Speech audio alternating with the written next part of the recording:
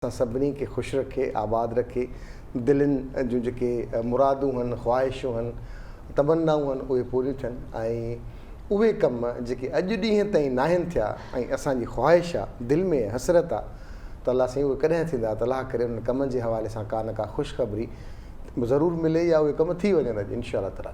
तव्हां ऐं असांजी आमीन सां बि खोड़ कम आसान थी वेंदा आहिनि। रब पाक उन आमीन खे पाण ते पहुचण जो ई हूंदो आहे त शल मूंखे केरु आमीन चवे त आउं करे छॾियां। सो तव्हांजे आमीन सां अलाए केतिरनि जा कम थी वञनि। सो तव्हां असांजी इहा दुआ आहे त रब पाक सभिनी ते महिरबानी थिए, महिरबानियूं करे सिहत अता करे, छाकाणि त जेके हालात वाक़ियात आहिनि आस पास में उहे ॾाढा ॾुखिया आहिनि सिहत खे वठी करे। तिन करे अलाह सां सभिनी खे सिहतमंद ज़िंदगी ॾिए, ख़ुशगवार ज़िंदगी ॾिए।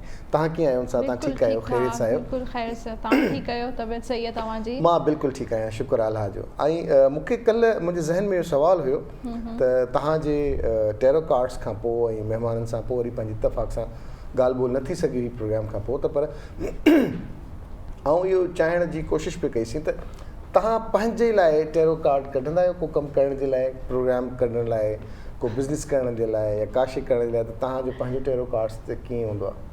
न, पाण त कोन कंदी आहियां, बाक़ी कराईंदी आहियां। छो त पाण जेको कार्ड आहे उहा ई सोच जेका हूंदी आहे उहा कार्ड्स में डाइवर्ट थी वेंदी आहे या हली वेंदी आहे, त पोइ उहा एनर्जी ख़बर न पवंदी आहे। त हिन जी मुंहिंजूं जेके फ्रेंड्स आहिनि जेके प्रोफेशनली कनि थियूं त उन्हनि सां ज़रूरु मां मशवरो कंदी आहियां त काफ़ी गाइडेंस मिली वेंदी आहे टेरो कार्ड्स जे ज़रिए। तव्हां पाण उहो ई कंदा आहियो? जी बिल्कुलु। मतिलबु उहो ई आहे त जेको डॉक्टर पंहिंजो इलाजु न कंदो आहे। बिल्कुलु ईअं ई हूंदो आहे, डॉक्टर पंहिंजो इलाजु कोन कंदो आहे, टेरो कार्ड रीडर जेको आहे पंहिंजो टेरो कार्ड नथो कढी सघे। हा ईअं भाई। ऐं कल्ह असां प्रोग्राम खां अॻु में बि कल्ह इहो अणवणंदड़ वाक़ियो पेश आयो, घोटकी वारो जेको रेलवे स्टेशन रेलवे ट्रैक ते हादसो पेश आयो। काफ़ी सारा माण्हू जेके अॼु हींअर जेका ऑफिशियली फिगर अनाउंस थी आहे उहा आहे 63 माण्हू अजल जो शिकार थिया आहिनि। अलाह साईं पोइ हिननि खे सब्र ॾिए, अलाह साईं जेके हिन फ़ानी दुनिया में हलिया विया उन्हनि जी मग़फ़िरत फ़रमाए ऐं एहतियात ज़रूरु करणु खपे। ऐं असांजा उहे दोस्त जंहिंजा अज़ीज़ ऐं अकारिब उन में शामिलु हुया उन सां ॾुख जो इज़हार कजे थो। ऐं अलाह करे त शल असांजा इहे ट्रैक्स, इहे रोड रस्ता शल ठीकु थियनि जो असांखे अहिड़ा अणवणंदड़ वाक़िया न मिलनि। बिल्कुलु। ऐं ट्रेन जा जेके ट्रैक्स आहिनि उहे अॼु ताईं एतिरा पुराणा आहिनि ऐं उहे चेंज नथा कनि ऐं उन ट्रैक्स जी वजह सां ॿिया माण्हू बि इफेक्ट था थियनि वीचारा। पर उन सां गॾु जेके उतां जे लोकल माण्हुनि उनजी हेल्प कई उन वक़्त ते, उनखे पंहिंजे घर वठी वञणु, मानियूं, पाणी, तिबी इमदाद जेका उन खां थी पई सघी, जेका उहो पंहिंजी जिस्मानी क़ुवत सां जेका शइ करे पई सघिया उन्हनि वसां न घटायो। ऐं आस पास जे जेके माण्हू आहिनि उहे उन्हनि वधीक हेल्प कई ऐं जॾहिं खां एमरजेंसी मां अचनि माण्हू या हॉस्पिटल मां ते पहुतनि, आस पास जे जेके वेझो माण्हू आहे उन्हनि वधीक हेल्प कई हुई, वधीक हेल्प कई। सो बहरहाल हमेशह ॾींहं जी शुरूआति दुआ सां कजे त पाक इन नागाहानी आफ़तुनि खां पंहिंजे हिफ़्ज़ मान में रखे। ऐं जेके जंहिंजा बचड़ा रोज़ सफ़र ते वञनि था या काॾे जॉब जे सिलसिले में वञनि था उन्हनि खे बि अलाह से पंहिंजे हिफ़्ज़ मान में रखे ऐं उन्हनि जो ख़ैर ई ख़ैर हुजे। अॼु असांजा टेरो कार्ड्स छा था चवनि? जी बिल्कुलु। अॼु कहिड़ो ॾींहुं आहे? ट्यूसडे जो ॾींहुं आहे, अंगारे जो ॾींहुं आहे, 8 जून आहे 2021। अॼु तव्हांजो ॾींहुं जेको आहे उहो कीअं गुज़रंदो? अॼु असां वटि बि अथव तव्हां मुंहिंजी ॾाढी अॼुकल्ह डिमांड थी जे मूंखां माण्हू टाइम जे लाइ फ़ोन था कनि त सजा साहिबु तव्हां टाइम ॾियो असांखे, स्टार्स ॿुधायो। अच्छा। पर टाइम कोन्हे। सही जी बिल्कुलु सही पिया चयो। हा टाइम घटि आहे न, छा कजे, न त ज़रूरु प्रैक्टिस कबी। किथे मसरूफ़ थी वेंदा आहियो? ॿुधाइबी पंहिंजी। अच्छा, अहिड़ो कहिड़ो कमु पिया कयो जेको एतिरो मसरूफ़ थी था? सिखां पियो न इहे पंहिंजो कुझु एस्ट्रोलॉजी, स्टार्स, पत्थर, दुआऊं वुआऊं ॿुधाईंदोसांव। बिल्कुलु बिल्कुलु। जी त अॼु पहिरियों आहे एरीज़ खां शुरू कयूं था। एरीज़ हुमल। एरीज़ लाइ कार्ड आयो आहे द लवर्स जो कार्ड आहे ऐं इहो चवे थो कि चॉइसिस इन पैराडाइज़, यानी कि तव्हां वटि अॼु जेके आहिनि मुख़्तलिफ़ चॉइसिस ईंदियूं, मुख़्तलिफ़ मौक़ा ईंदा, उन में जॉब ऑप्शंस बि थी सघनि था, रिलेशनशिप ऑफर्स बि थी सघनि था, मुख़्तलिफ़ सफ़र जी अपॉर्चुनिटीज़ बि थी सघनि थियूं अॼु। हा ऐं चवां थो त अॼोके ॾींहं ते कंहिं ते बि एतबार करण जी का ज़रूरत न आहे। अच्छा। कोशिशि बि न कजो कंहिं ते एतबार करणी, छाकाणि त उन मां अव्हांखे नुक़सानु पहुचण जो ख़दशो आहे। त थोरो ॾिसी वियासीं, चङी तरह डिसीशन कजनि। हर वर कंहिं ते एतबार करण जी ख़ासि ज़रूरत नाहे बिल्कुलु जी टॉरस बुर्ज सोर वारनि सोर। जे लाइ कार्ड आयो आहे 3 ऑफ वॉन्ड्स जो दोस्ती जो कार्ड आहे पार्टनरशिप जो अॼु थी सघे थो तव्हां दोस्त को पुराणो दोस्त अची सघे थो या को नयो दोस्त बि मुलाक़ात लाइ अची सघे थो ऐं इहो कार्ड को बिज़नेस पार्टनरशिप जो कार्ड थी सघे थो अॼु तव्हां कंहिंखे business as a business partner बि रखी सघो था जी ऐं आउं चवां थो त अॼु कंहिं पुराणी ख़्वाहिश पूरी थियण जा वॾा इम्कान आहिनि अच्छा जंहिं बाद अव्हांखे पंहिंजे मुस्तक़बिल ॾांहुं बहितर नमूने वधण जो रस्तो नज़र ईंदो ज़बरदस्त जेमिनाई लाइ कार्ड आयो आहे द स्ट्रेंथ जो ऐं स्ट्रेंथ जो कार्ड चवे थो हिमत न हारियो ऐं जेके बि परेशानियूं आहिनि प्रॉब्लम्स आहिनि हर इंसान जी ज़िंदगी में ईंदियूं आहिनि पर तव्हांखे पंहिंजी विल पावर सां उनखे कंट्रोल करणु घुरिजे ज़बरदस्त सेम छा चइबो आहे जोज़ा न न उहो त आहे पर जेको तव्हां ॻाल्हि कई हिन में बि जीअं त गुज़िरियल हफ़्ते जेके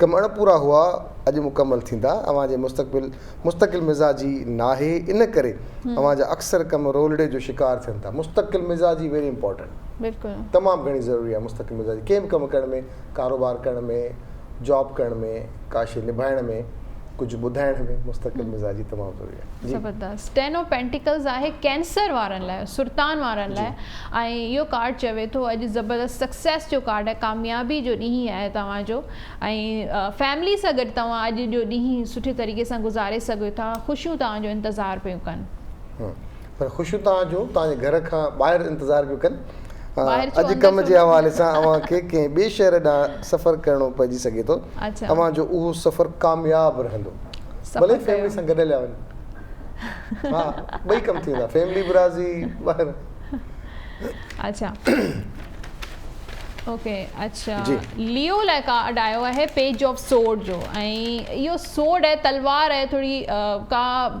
जेका आहे बुरी ख़बर बि मिली सघे थी या को जहिड़ो तव्हांजो थी सघे थो घर में या ऑफिस में किथे बि पर तव्हां कोशिशि कजो अवॉइड कजो इन जहिड़े सां अॼोको ॾींहुं शागिर्दनि लाइ बहितर साबित थींदो छाकाणि त उन्हनि खे का ख़ुशख़बरी मिली सघे थी अव्हां वालिदैन जो ख़्यालु रखो इहो ज़बरदस्त तव्हां जेका ॻाल्हि कई आहे की पेरेंट्स जो ख़्यालु इलाही ज़रूरी हूंदो आहे अच्छा लियो खां पोइ आहे वर्गो लाइ कार्ड आयो आहे क्वीन ऑफ कप्स जो ऐं इहो चवे थो कार्ड के ॿियनि सां गॾु गॾु तव्हांखे पंहिंजो बि ख़्यालु करिणो आहे पंहिंजी पाण खे बि नर्चर करिणो आहे पंहिंजी केयर करणी आहे पाण सां बि प्यारु करिणो आहे जी कम जे हवाले सां बहितरीनु ॾींहुं साबित थींदो अव्हांखे मसरूफ़ रहण जो पिणु मौक़ो मिलंदो पर शाम जो थकावट जो अहसासु थिए थो त उन लाइ सुठी चांहि पीजे कंहिं सुठे माण्हू सां गॾु पीजे थोरा ख़्याल वंडिजनि त उहा थकावट ख़तमु थी वेंदी अच्छा तव्हां बि चांहि पीअंदा आहियो मां बि चांहि पीअंदो कंहिंसां अकेलो न मां पंहिंजे घर वारनि सां गॾु पीअंदा दोस्तनि सां बि दोस्तनि सां जिते चांहि मौक़ो मिलंदा शाम जो उते ज़रूरु चांहि सही दोस्तनि सां हिकिड़ी चांहि त ज़रूरु पीअंदो आहे रोज़ाना उहा वधीक ज़बरदस्त हूंदी दोस्तनि सां गॾु हा उहा बि चांहि ॾाढी सुठी हूंदी आहे घर में जेका चांहि मिलंदी आहे उहा ॾाढी ज़बरदस्त चांहि अच्छा हा हिन में को शक सही बहितरीनु अच्छा जी हाणे कार्ड आहे लिब्रा वारनि लाइ बुर्ज मीज़ान वारनि लाइ ऐं पेज ऑफ कप्स जो कार्ड आहे अॼु तव्हांखे का ज़बरदस्त का ख़ुशख़बरी मिलंदी तव्हांखे ऐं उन सां तव्हांजो मूड इलाही सुठो थी वेंदो सफ़ा उबतड़ा मूं वटि छा आहे अॼु आहे त मुलाज़मत सां लॻापियल माण्हुनि लाइ अॼोको ॾींहुं बहितर साबित न थींदो छाकाणि त उन्हनि खे अॼु परेशानियुनि खे मुंहुं ॾियणो पवंदो सो इन्हनि परेशानियुनि खे मुंहुं ॾियण जे लाइ ज़हनी तौर ते जेकॾहिं अगरि माण्हू अॻे ई तयारु आहे त पोइ कम आसान थी वेंदा आहिनि या उन्हनि जे हल कढण जी कोशिशि करे हिकिड़ा हूंदा आहिनि प्रॉब्लम्स ॿियो हूंदो आहे त हीअ त चलो थियो नुक़सानु थियो प्रॉब्लम थियो हिन जो हल छा आहे हल ॾांहुं ज़रूरु सोचिजे इहा मस्बत सोच हूंदी आहे त आख़िर हीअ त मूंसां मसइलो आहे आख़िर हिन मसइले खे केसि ताईं मुंहुं ॾींदुसि पर बहितर इहो आहे त मसइले जो हल कढण जी कोशिशि कई वञे अच्छा कुझु माण्हू न हावी करे छॾंदा आहिनि परेशानियूं जेके आहिनि हावी करे छॾंदा आहिनि उहो पोइ वरी नेगेटिव एनर्जी तव्हांजी जेका आहे घुमी फिरी अची बिल्कुलु हा जी स्कॉर्पियो लाइ कार्ड आहे किंग ऑफ सोर्ड जो ऐं इहो कार्ड चवे थो की अॼु तव्हांखे दिमाग़ सां फ़ैसिला करणा आहिनि दिलि जा फ़ैसिला न ई करणा ऐं प्रैक्टिकल अप्रोच रखणी आहे प्रैक्टिकल फ़ैसिला करणा आहिनि जेके तव्हांजी बहितरी लाइ हुजनि ज़बरदस्त ईअं या त औरतुनि लाइ अॼु पिणु ॿियनि जे मामलनि में दख़ल अंदाज़ी करणु बहितर न थींदो इन करे खेनि घुरिजे त पंहिंजे कम सां कमु रखो ज़बरदस्त अच्छा जी, स्कॉर्पियो खां पोइ आहे सेजिटेरियस, कॉस वारा आहिनि ऐं इहो कार्ड द मून जो कार्ड आहे। अॼु तव्हांजो इलाही सारियूं दिमाग़ में सोचूं थींदियूं, कॾहिं कुझु सोचींदा, कॾहिं फैमिली जे बारे में परेशान रहंदा, कॾहिं तव्हां चवंदा कि जल्दी ऑफिस पुॼणो आहे या ॿिया जेके कम आहिनि उन्हनि जे बारे में परेशान थी सघो था। दिमाग़ तव्हांजो जेको आहे न हिकिड़ो परेशानी वारो उलझियल बि रहंदो, त तव्हांखे थोरो माइंड खे हिकिड़े हंधि फोकस करण जी ज़रूरत आहे। हिकिड़ो कमु हूंदो तव्हां उन ते ई फोकस कंदा, उहो ई कमु कंदा। अगरि इलाही सारियूं सोचूं रखंदा त पोइ हिकिड़ो कमु बि कोन्ह थींदो। सही। ऐं अॼु जेकॾहिं तव्हांखे सुठी पोज़ीशन ते आहियो त जेके ख़ुशामद कंदा आहिनि उन खां थोरो पासो वेठो रहिजे। अच्छा, उहे असां तव्हांखे कंहिंखे बि नुक़सानु पहुचाए सघनि था। इन करे पंहिंजे अकुल सां, पंहिंजे फ़हम सां, पंहिंजे वक़ूफ़ सां माण्हू फ़ैसिला करे। तॾहिं चवंदा आहिनि बेवकूफ़, हाणे उनखे बे नाहे लॻाइणो, उनखे वक़ूफ़ वारो करिणो। अच्छा, सही। कैप्रिकॉन, 6 ऑफ सोर्ड, इहो कार्ड हीलिंग जो कार्ड बि हूंदो आहे। अगरि कंहिंजी तबियत सही न आहे, सिहत सही नथी रहे, त अॼु तव्हांजी सिहत जेका आहे बहितरी जी तरफ़ पई वञे। ऐं ॿी ॻाल्हि इहो आहे कि इहो ट्रैवल जो कार्ड बि हूंदो आहे कि थी सघे थो अॼु तव्हांजो को ट्रैवल थी सघे थो। हा, अॼु माली हवाले सां थोरो ॾींहुं हेठि मथे गुज़रंदो। अव्हांखे जिन माण्हुनि खां आसिरो हुयो पैसनि जो, ॾोकड़नि जो, उहे चवंदा हाणे अॼु छॾियो, अॼु कोन्हे त छॾियो, हाणे पैसा न आहे घुरणा, अॼु पैसा बि न आहिनि घुरणा, माली मदद बि न आहे वठणी कंहिंखां। थींदो ई कमु कोन्ह त पोइ चई माण्हू पंहिंजे ज़बान खे ऐं पंहिंजे अंदाज़ खे छो ख़राबु करे। सही। एक्वेरियस, दिलफ जो लाइ कार्ड आहे, द वर्ल्ड जो कार्ड आहे। इहो कार्ड चवे थो कि पाण में मिली जुली रहो, ख़ुशियुनि सां रहो, पॉज़िटिव रहो। ऐं इहो कार्ड शादी जो कार्ड बि आहे। काफ़ी सारा एक्वेरियस अॼु उन्हनि जी शादी बि थी सघे थी। अगरि को नाराज़ आहे, को दोस्त या तव्हांजो को कंपेनियन अगरि नाराज़ आहे त अॼु राज़ी थी वेंदो। राज़ी थी वेंदो ऐं राज़ी करण लाइ तव्हांजा एफर्ट्स तमामु ज़रूरी आहिनि। ऐं उन लाइ अव्हां हिन वक़्तु सख़्तु कुझु माली परेशानियुनि खे मुंहुं ॾेई रहिया आहियो। इन करे घर में पिणु परेशानी थींदी। अव्हांखे रुॻो नौकिरी ते भाड़णु न घुरिजे। इहा ॾाढी ज़बरदस्त शइ आहे। जॉब हिकिड़ी न हुजे। जेके बि दुनिया जा ॾह माण्हू आहिनि उन्हनि इहो चयो आहे त जेके बि तव्हांजी इनकमिंग आहे घर में, तव्हां जंहिं शइ ते भाड़ियो था घर जो कारो वहिंवार, जंहिं ते तव्हांजे घर जो ख़र्चो हले थो, डिपेंड करे थो त ख़ुदा जे वास्ते उन पंहिंजे हिकिड़े कम खां अलावा ॿिया रस्ता पिणु तमामु ज़रूरी आहिनि त ताकी उन कम में तव्हां असांखे हिकिड़ो वॾे में वॾो मिसाल कुदरत ऐं हिन माहौली हालात ॿुधायो। जॾहिं हीअ पेंडेमिक, जॾहिं हीअ कोरोना वबा आई त सभिनी जा कारोबार बंदि थी विया, जॉब्स बंदि थियूं। सिर्फ़ु उन्हनि माण्हुनि ठीकु तरीक़े सां सर्वाइव कयो जंहिं वटि आमदनी जा ज़रिया हिक खां वधीक हुया। त पोइ हिकिड़ो दरवाज़ो जॾहिं हुननि खे मुकमल बंदि नज़र थे आयो त उन्हनि पंहिंजे ॿिए कम ते फोकस कयईं, उते महिनत करे उतां अर्निंग शुरू कई। त इहा तमामु ज़रूरी आहे कि असां पंहिंजी सोच में, पंहिंजे इन में आणियूं त जेको बि असां हिकु कमु कयूं था। इहा ज़बरदस्त ॻाल्हि कई आहे। मूं वटि जेके माण्हू ईंदा आहिनि न, उन्हनि खे बि मां इहो ई चवंदी आहियां, अगरि तव्हां जॉब कयो था त प्लीज़ तव्हां जॉब सां गॾु गॾु थोरो टाइम कढो ऐं बिज़नेस ज़रूरु कयो। चाहे वो नंढे पैमाने ते हुजे या वॾो हुजे बिज़नेस, उहो तव्हां ते डिपेंड करे थो, पर तव्हांखे हिकिड़े कम में सिर्फ़ु हथु विझी उन ते डिपेंड न करणु घुरिजे। हाणे ज़बरदस्त कार्ड आहे। हो त लाइ आहे। ऐं 9 ऑफ पेंटिकल्स जो कार्ड आहे। ऐं इहो कार्ड चवे थो कि तव्हां जेको बि कमु कयो आहे, जेके बि स्ट्रगल कई आहे ज़िंदगी में, एफर्ट्स कयूं आहिनि, महिनत कई आहे, उनजो फल तव्हांखे ज़रूरु मिलंदो। अॼु तव्हांजे पैसो बि अची सघे थो, ख़ुशियूं बि अची सघनि थियूं, बट जंहिं शइ ते बि तव्हां स्ट्रगल कंदा, हार्ड वर्क कंदा, महिनत कंदा, उनजो फल तव्हांखे ज़रूरु मिलंदो। इंशाअल्लाह ताला। हा न, अॼु फल मिलंदो तव्हांखे। फल, फ्रूट, अंब, कहिड़ो भला फल। ऐं अॼु आहे त अॼु अव्हां कंहिं बि ॻाढ़ी शइ जो सदको ॾियणु घुरिजे। अच्छा, उन सां अव्हांजो ज़हनी परेशानियूं ख़तमु थी वेंदियूं। ज़बरदस्त। त अॼु सदको कंहिंखे कयां? इलाही माण्हू आहिनि, छा मतिलबु कंहिंखे कयां? न, ॻाढ़ी शइ में छा हूंदो आहे? भई ॻाढ़ी दाल थी सघे थी, ॻाढ़ो कपिड़ो थी सघे थो, गोश्त थी सघे थो। इहे मुख़्तलिफ़ इहे शयूं मां पंहिंजे चैनल ते बि ॿुधाईंदी आहियां। ॻाढ़ी, पीली, अछी, कारी, इहे शयूं जेके आहिनि ॾींहं जे मुताबिक़ ॾिबियूं आहिनि। त उहे बि चवंदा आहिनि न, सदको हर मुसीबत खे टारे थो। अदी नसीम असांखे जॉइन करे चुकिया। अस्सलाम वालेकुम। अस्सलाम वालेकुम, गुड मॉर्निंग। Good morning. छा ॻाढ़ी शइ बि कहिड़ी तव्हांजे ज़हन में जेका तव्हां ॿुधाइण जी कोशिशि पे कई? उहो फिफड़ हूंदो आहे न जेको, हा, उहो पिंक हूंदो आहे न।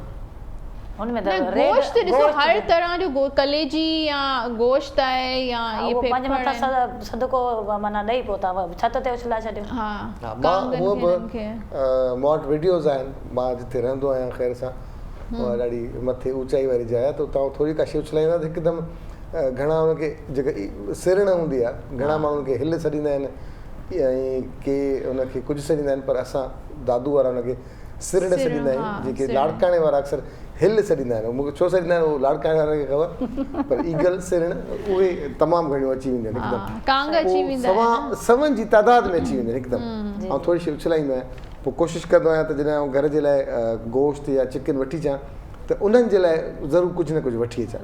पोइ थोरी देरि खां पोइ हिकदमि एॾी रश थी वेंदी आहे, ऐं उहे मां वीडियोज़ बि केॾीमहिल रिकॉर्ड कंदो आहियां, कंहिंखे ॿुधाइण लाइ न, ॾेखारण लाइ न, पंहिंजे लाइ, त जेको मंज़र हूंदो आहे ॾाढो ख़ूबसूरत हूंदो आहे, त उहो सदिको करे ऐं कोशिशि कंदो आहियां त उहो ॾियां।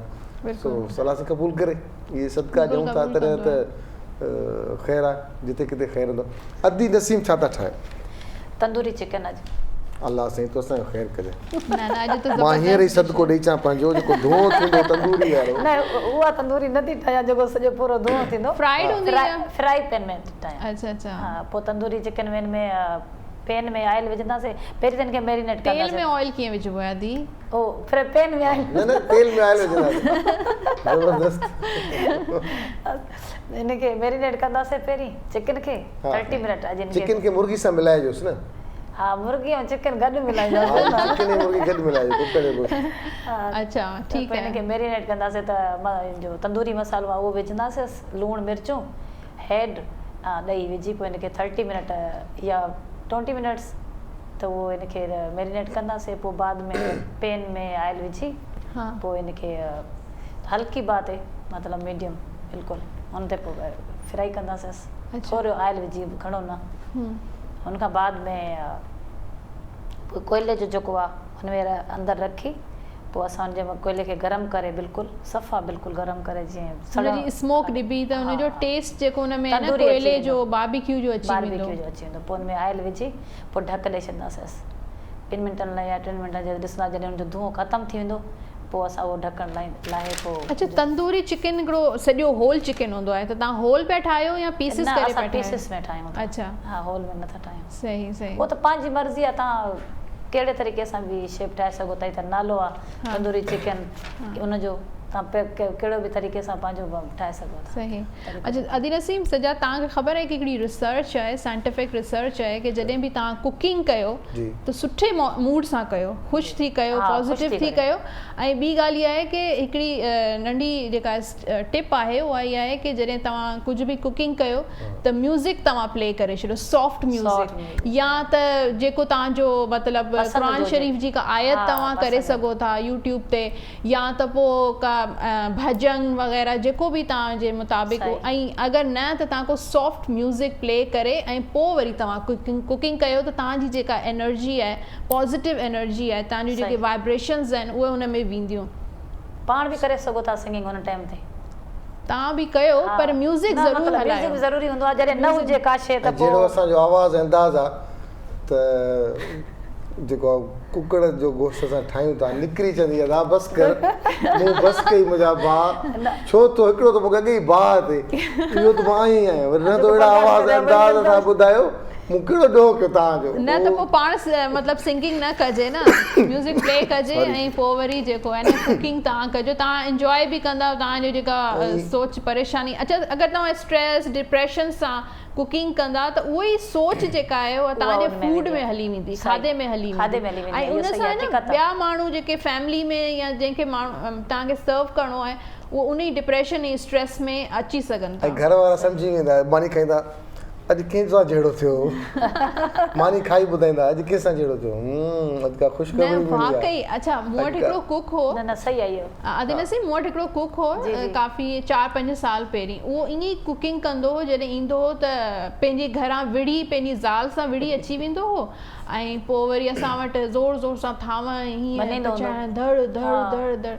त हुन रीज़न जे करे मूं हुनखे कढी छॾियो। मुंहिंजो तूं वणंदो बि न आहे न, ज़ाहिर आहे सुबुह जो अची जो इहो त शुरू थी वञे, नेगेटिविटी आई न हुन में खाधे में विझी थो, ऐं पोइ खाधो वरी असां खायूं था। सही, न ईअं ई आहे इहो, माना इहा हक़ीक़त आहे। तव्हां किचन में वञो, पहिरीं त पंहिंजी सफ़ाई, किचन जी सफ़ाई हूंदी आहे, पोइ हुन खां बाद में पंहिंजी ख़ुशी सां पचायो, छो जो इंजॉय करे पचायो। तव्हांखे बि अलाह साईं इहा कहिड़ी असांजी भेण आहे घर जी जेका ख़ुशी ख़ुशी पचाए थी, ओ सदाई चदी ॿारनि जा टेंशन, घर वारे जा टेंशन, घर जा टेंशन, उनखे पंहिंजे माइटनि जा टेंशन, उहो टेंशन में पचाए मूड ख़राबु, लाइट कने, गर्मी आहे, मूं कहिड़ो ॾोह कयो, किचन में रुॻो मुंहिंजो ई वारो आहे, मंझंदि जा रुॻो मां ई पचायां, आख़िर मुंहिंजो ॾोह कहिड़ो आहे, हाँ हीअं मिर्च विझंदी, हीअं लूणु विझंदी, ऐं पोइ घर वारा जेकॾहिं चवनि था वाह वट ईअं त घर में छेड़ा वधनि था न, ई स्ट्रेस जो घर में स्ट्रेस थो अचे। तव्हां जेको चवंदा ख़ुशी ख़ुशी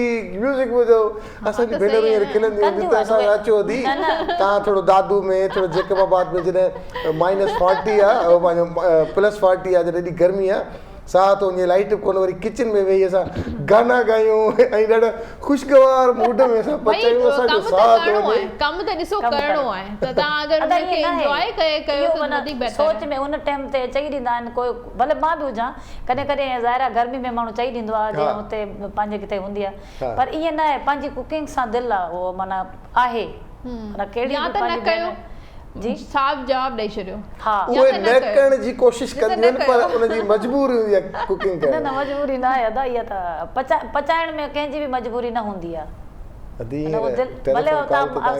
असांजी भेण कान का त अदी नसीम जी जी, भले उन्हनि खे बि ख़बर हूंदी त मां पचाइण, शाज़ी ई तव्हांखे फ़ोन करे चवंदी अदी अचो न हाला तव्हांखे मां खारायां सुकल गोश्त गर्मी में पकल, ऐं पोइ ॾिसो तव्हांजी छा हालत थी। उहो त गर्मी त गर्मी आहे, हिन इहो बि असां ख़ुशि थियूं जो असांखे इहो अहिड़ो मौसम मिले थो।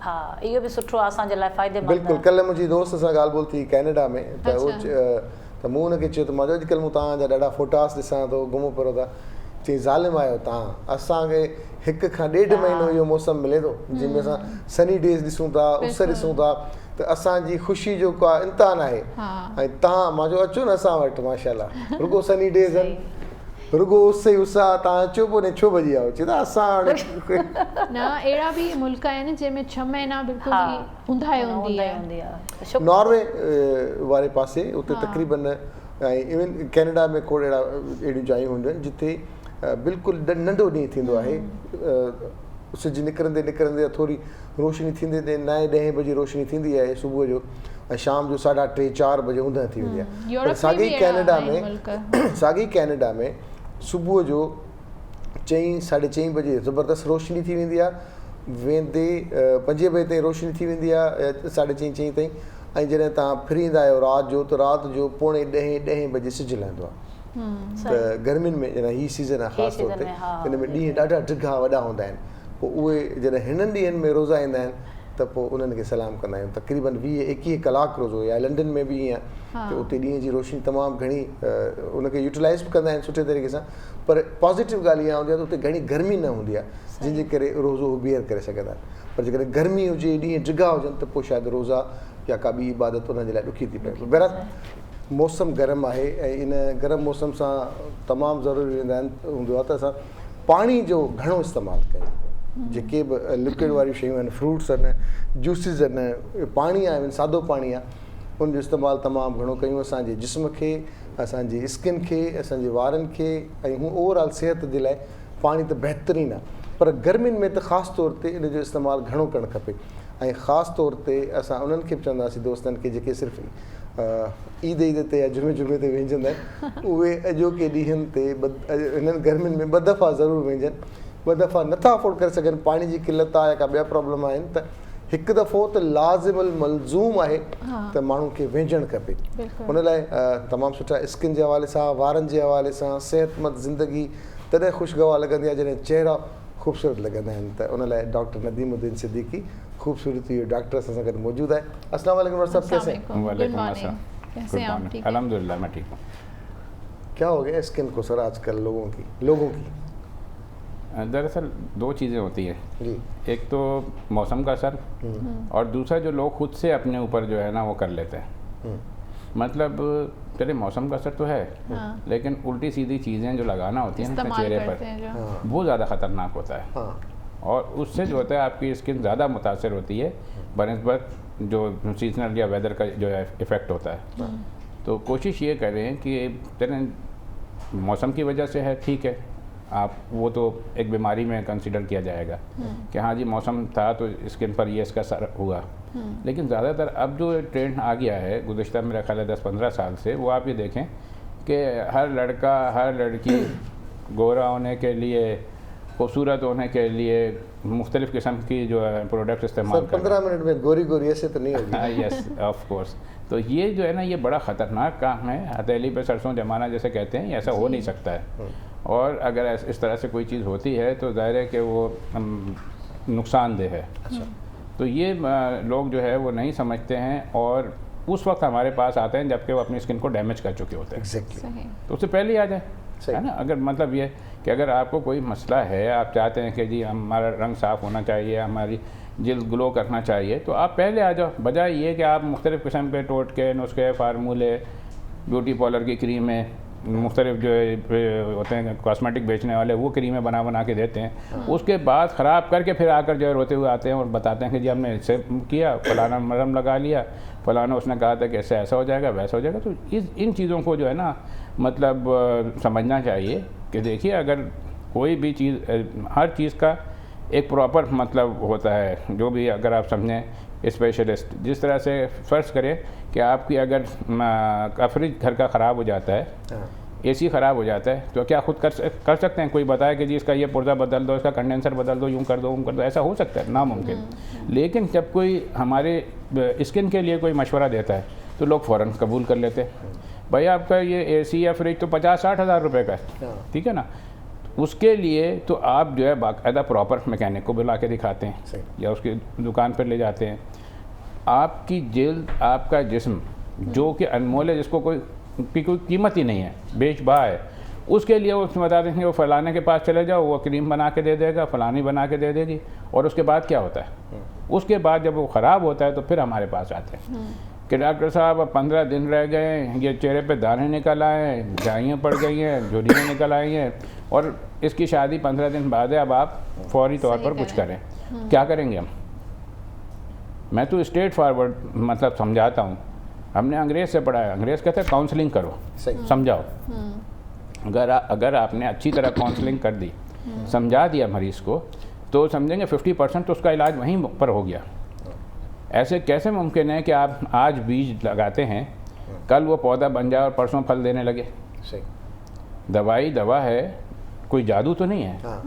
कील मुहासों का जो है होती है, दवा जब असर करती है तो 1 महीना तो उसको पीक प्लाज्मा कंसंट्रेशन है कि उसको आने के लिए जिस्म में, उस जरासीम से लड़ने के लिए या उसको मुकाबला करने के लिए 1 महीना तो सिर्फ उसको दरकार होता है कि वो अपना लेवल बनाए जिस्म में। फिर उसके बाद आहिस्ता आहिस्ता आहिस्ता आहिस्ता वो उस जो भी इन्फेक्शन है, जो जरासीम है, उसको जो है वो रोकेगा। तो ये हमारे यहाँ सबसे बड़ी जो है वो गलती होती है कि लोग जो है अच्छे खासे पढ़े लिखे समझदार, और सबसे बड़ा हमारा उस्ताद आजकल नेट है, सब कुछ है उस पे। और जी वो हमने टी ट्री ऑयल लगा लिया लेकिन उससे कुछ नहीं हुआ, यूँ हो गया वो हो गया। भाई किस तरीके से मुमकिन है? चलिए अगर कोई ऐसी चीज़ है कि छोटा मोटा कोई कंप्यूटर के आप ख़राबी आ गया, आपने उस पर लिखा कि जी ये वो कहेंगे ये चेक कर लो, वो चेक कर लो, वो तो समझ में आता है। लेकिन अपना इलाज कैसे? कोई मेडिकल की तालीम कोई आम तो नहीं है। जिनकी सबसे ज़्यादा परसेंटेज आती है वो मेडिकल कॉलेज में दाखिला लेते हैं, 5 साल पढ़ते हैं और उन्हें कोई होश नहीं होता है अपनी सराउंडिंग का, ना पता होता है कि वो जी शाम कैसी और सुबह कैसी है। फिर हाउस जॉब करते हैं 36 घंटे का, फिर उसके बाद स्पेशलिस्ट बनते हैं, कम से कम 4 से 6 साल लगते हैं। बिल्कुल इस तरह से। और रोज़ाना पेशेंट के साथ वो एक्सपीरियंस अलग से होता है। एक्सपर्ट्स के पास जाना बहुत हाँ, समझें कि ये 30 साल लग जाते हैं इंसान के। 30 से 35 साल में जाके जो डॉक्टर होता है वो इस काबिल होता है कि वो स्पेशलिस्ट बने। और फिर जैसे जैसे उसकी उम्र गुजरती जाती है वैसे उसका तजुर्बा जो है वो बढ़ता जाता है। वैसे भी कहते हैं कि एज और एक्सपीरियंस का कोई शॉर्टकट है ही नहीं। कहते हैं पुराने ज़माने में कि जब तबीब बूढ़ा होता है, यानी जब डॉक्टर, तब उसका तिब जवान होता है। सही। क्या बात कि उसका तजुर्बा जो था फिर उस वक्त जो है बोलता है। सही।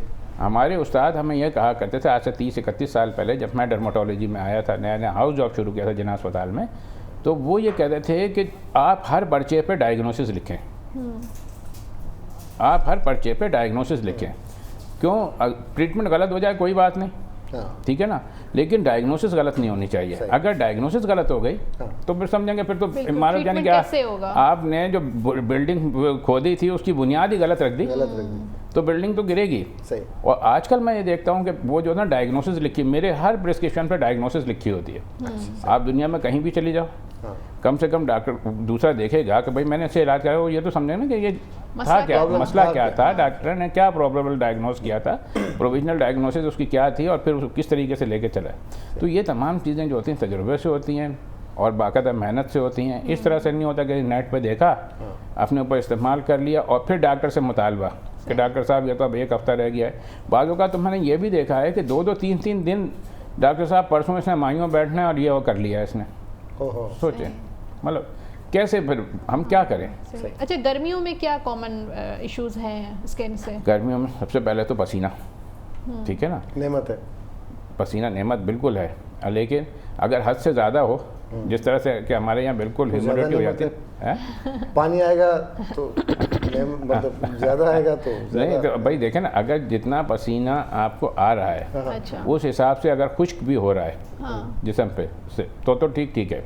वरना गर्मियों में आमतौर पर बच्चों में और बूढ़ों में आपने देखा होगा कि गर्मी दाने उनको बहुत तेज़ी से निकल आते हैं, स्किन हसास हो जाती है। इसलिए कि जितने भी, इन्होंने सज्जाद ने सही कहा कि पसीना नेमत है, जितने भी अंदर जो गर्मी पैदा होती है जिस्म के, वो सब जो होती है वो हीटअप, जिस तरह रेडिएटर होता है गाड़ी का, वो उसके आगे पंखा जो है वो चल रहा होता है, तो सारा पानी को जो है वो ठंडा तो कर इस पसीने को किस तरीके से कम किया हाँ, जाए? पसीने को कम नहीं कर सकते। हाँ। हमारा काम ये होता है कि पसीने को किस तरीके से साफ़ किया जाए। ठीक है। पसीना तो आएगा, और अगर पसीना बंद हो जाएगा तो गर्मी दाने निकलेंगे।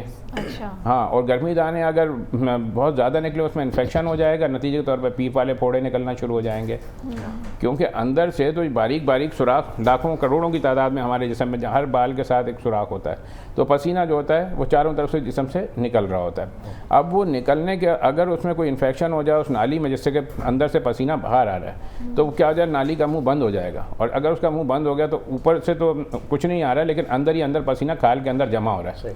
और पसीने में क्योंकि नमकियात होते हैं जी, तो अगर नमक आपके जिल्द पे कहीं भी लगा दो, क्या करेगा, सुर्खी पैदा करेगा। तो उसकी वजह से क्या हो, जब खाल के अंदर पसीना जमा होता रहता है तो अंदर खाल जो है सुर्ख होना शुरू हो जाती है, जिसकी वजह से जो ऐसे बिलियर रुब्रा कहते हैं इसको मेडिकल टर्मिनोलॉजी में, कि ये जो है खाल जो है सुर्ख हो गई है। आमतौर पर कहते हैं देखें जी पूरे इधर सारे लाल हो जाते हैं। हाँ, रैशेज हो गए, वो सुर्खी आ गई। फिर क्या होता है, अगर उस वक्त भी पसीने को प्रॉपर अगर कर लिया जाए ट्रीट तो ठीक है, और अगर नहीं करते हैं तो फिर उसमें इन्फेक्शन होता है, फिर पीप वाले दाने निकल आते हैं, जैसे फोड़े फुंसियाँ कहते हैं। और फिर जिसको अगर खुदा ना खासा डायबिटीज़ वगैरह हो तो उनमें क्या होता है कि ज़्यादा हो जाता है तो वो कार्बंकल हो जाते हैं, बड़े वाले फोड़े निकल आते हैं, तो उनको तो बाकायदा चीरा लगा के और उनको बाकायदा सर्जरी करनी पड़ जाती है।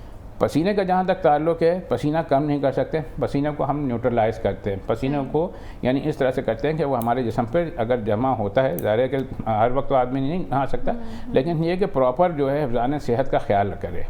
अच्छा, उसमें क्या होता है कि पसीने को न्यूट्रलाइज़ करने के लिए उसके अंदर जो भी जिस किस्म के भी इन्फेक्शन के चांसेस होते हैं, जरासीम मुख्तलिफ़ किस्म के जो है आ सकते हैं, तो उसके लिए क्या करना चाहिए कि पिनकी का इस्तेमाल।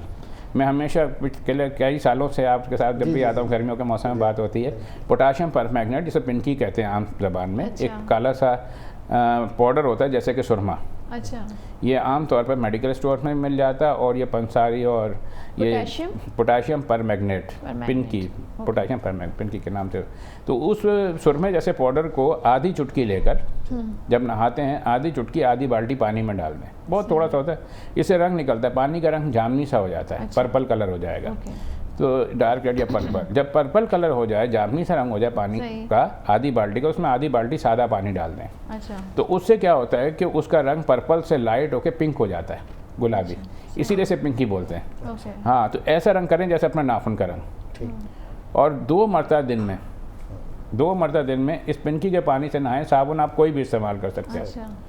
ये ज़रूरी नहीं है कि जो फलाना जो है जरासीम कुश और फलाना जरासीम कुश, आप कोई भी साबुन इस्तेमाल कर सकते हैं। अभी आपने इस चीज़ को देखा होगा, जब कोविड की वबा शुरू में आई तो पहले था कि जी, अब फिर आखिर में उन्होंने कहा कोई भी साबुन इस्तेमाल कोई करें। भी साबुन हो जो तो झाग करे, हाँ, उससे तो हाथ उससे हाथ धो लें। सही। तो इसी तरीके से कोई भी साबुन, ज़रूरी नहीं है कि मतलब ये कोई स्पेसिफिक हम किसी ब्रांड की मार्केटिंग हाँ, करें। नहीं कोई भी साबुन है। अच्छा डॉक्टर साहब, ये गर्मी दानों पे ज़्यादातर गर्मी दाने निकल रहे होते हैं तो लोग पाउडर का इस्तेमाल करते हैं अपने स्किन पे, ये Talcum किस powder। तरह से? Powder Prickly। किसी भी सूरत में नहीं लगाना चाहिए। अच्छा। पाउडर एक कूलिंग इफेक्ट देता है, कूलिंग एंड सूथिंग इफेक्ट देता है, लेकिन पहले ही पसीने की वजह से उनके सुराख जो होते हैं ना, पोर्स बंद होते हैं। और पाउडर लगाने का मकसद ये होता है कि आपने मज़ीद जो है उसको बंद कर दिया।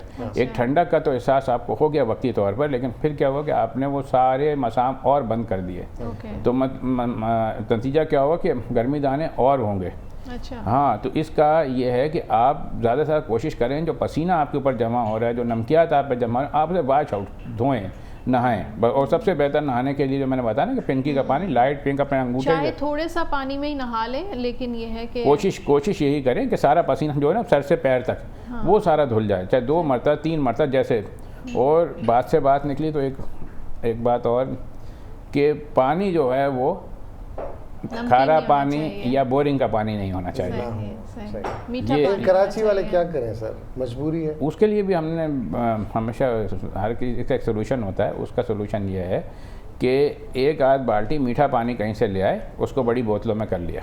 ठीक है, सही है ना? वही तरीका कि आपने पिंकी का पानी बना लिया उसमें बाल्टी में, उसे बड़ी बोतलों में कर लिया, नहाए आपने जो भी पानी आपको अवेलेबल है उससे, और आखिर में वो पानी जो बनाया था पिंकी के पानी के साथ ऊपर से नीचे तक डाल दिया। तो ये एक आसान मतलब वो तरीका है। हाँ, और खुसूसन सही जो है। बड़ी फैमिली हैं, जो फ्लैटों में रहते हैं, जिनके बच्चे ज़्यादा होते हैं, तो सही है कि ये वाला मसला रहता है। सही। आप बना के उसको रख लेंगे, और ये कोई पीने का तो है नहीं, ये पीने का नहीं जी, है बिल्कुल। कि जी ख़राब हो जाएगा, एक्सपायरी डेट है इसकी, कोई एक्सपायरी डेट नहीं है, कुछ भी नहीं है। बस ये रखें कि ये नाखून जैसा रंग जो होता है ना, लाइट पिंक कलर ऐसा होना चाहिए। अगर डार्क होगा तो यही आपको नुकसान करेगा।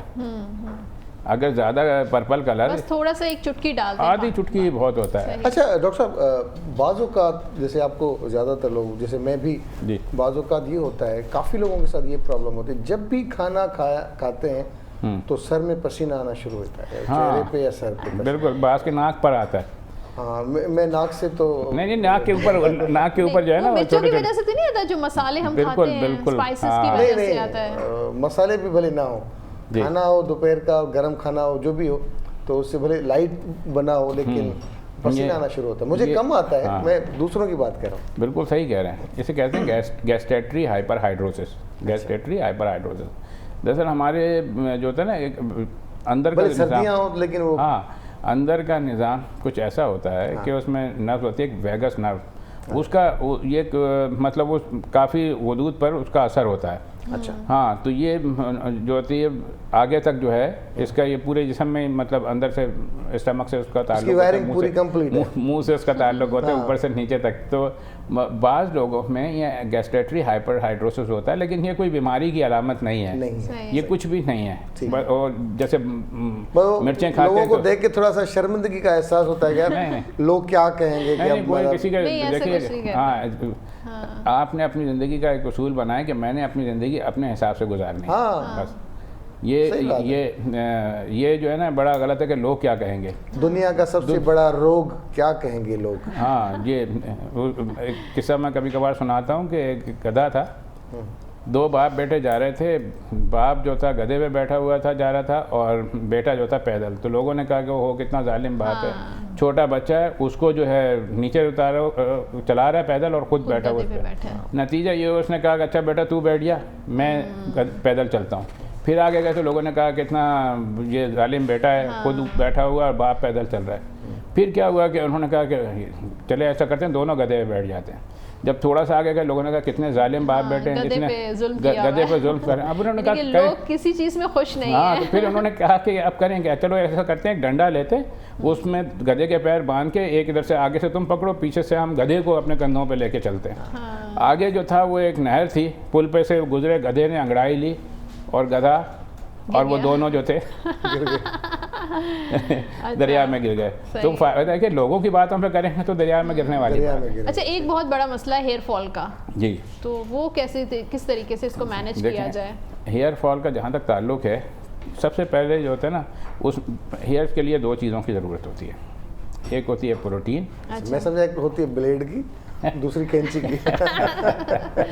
एक प्रोटीन और एक आयरन। ना क्या आप कहते हैं, कर ना सकते होगा हैं, आप कर सांप ना सकते हैं, बजेगी, ना होगा बांस ना बजेगी बांसुरी। ये आप कर सकते हाँ हैं। ये भी है। इसमें जो होता है ना बालों के लिए, और यंगस्टर्स को भी ये प्रॉब्लम आजकल ये हो रहा है। कई, अब अगर हम उसको लेते हैं ना, इसमें 2 तरह, एक एनवायरमेंटल फैक्टर है अच्छा, और एक दूसरा न्यूट्रिशनल फैक्टर है। ओके। अच्छा, एनवायरमेंटल फैक्टर्स में एक तो मौसम का असर होता है, खारा पानी, बोरिंग का पानी, फलाना ढिमकाना, जिसको उसमें जी बहुत ज़्यादा पसीना आ रहा है सर में, ठीक है, वो तो एनवायरनमेंट का ना, उसमें हम कुछ भी नहीं कर सकते हैं। जो हम अपने तौर से कर सकते हैं उन पे बात करें कि आजकल जो है बेतहाशा शैम्पू, बेतहाशा जो होते हैं ना हेयर स्टाइल प्रोडक्ट जो है ना, सोशल मीडिया पर, टीवी पर इसमें आ रहे होते हैं, सही है ना। किसी को नहीं पता होता है कि इनकी पीएच क्या है। पीएच जो है ये एक बहुत ही ज़रूरी चीज़ होती है, यानी स्किन की, बालों की एक पीएच होती है। अच्छा। हाँ, पीएच का मतलब है पावर ऑफ हाइड्रोजन। मतलब ये कि साइंटिफिक थोड़ा सा हो जाएगा, लेकिन ये कि भाई एक इंजन जो है इतना बड़ा पटरियों पे चल रहा है, इतनी सी पतली पटरी है और इंजन कितना बड़ा, उसके पीछे 50 डब्बे लगे हुए हैं, लेकिन वो सीधा चला जा रहा है। हाँ। इसलिए कि पूरा ट्रैक बना हुआ ना। अब इसी तरीके से हमारे जिस्म कोई भी एक पीएच है, अगर हम उसको मेंटेन रखेंगे तो हमारे स्किन, बाल, नाखून सब सही चलेंगे। सही। तो है या डाइट जो है वो बैलेंस होनी चाहिए। डाइट बैलेंस होनी चाहिए। सबसे पहले हमें पता होना चाहिए कि हम ये शैम्पू जो इस्तेमाल कर रहे हैं इसकी पीएच क्या है, सही। इसके इंग्रेडिएंट क्या हैं, क्या ये हमारे बालों के लिए बहुत ज़्यादा फ़ायदेमंद है या नुकसानदेह है। डॉक्टर साहब, इस तरह से तो पहले तो कहते थे कि हफ्ते में 2 दफ़ा शैम्पू से नहाना चाहिए, हम दिन में 2 दफ़ा शैम्पू से नहाते हैं। ये डिपेंड करता है, कौन नहाता है? आप नहीं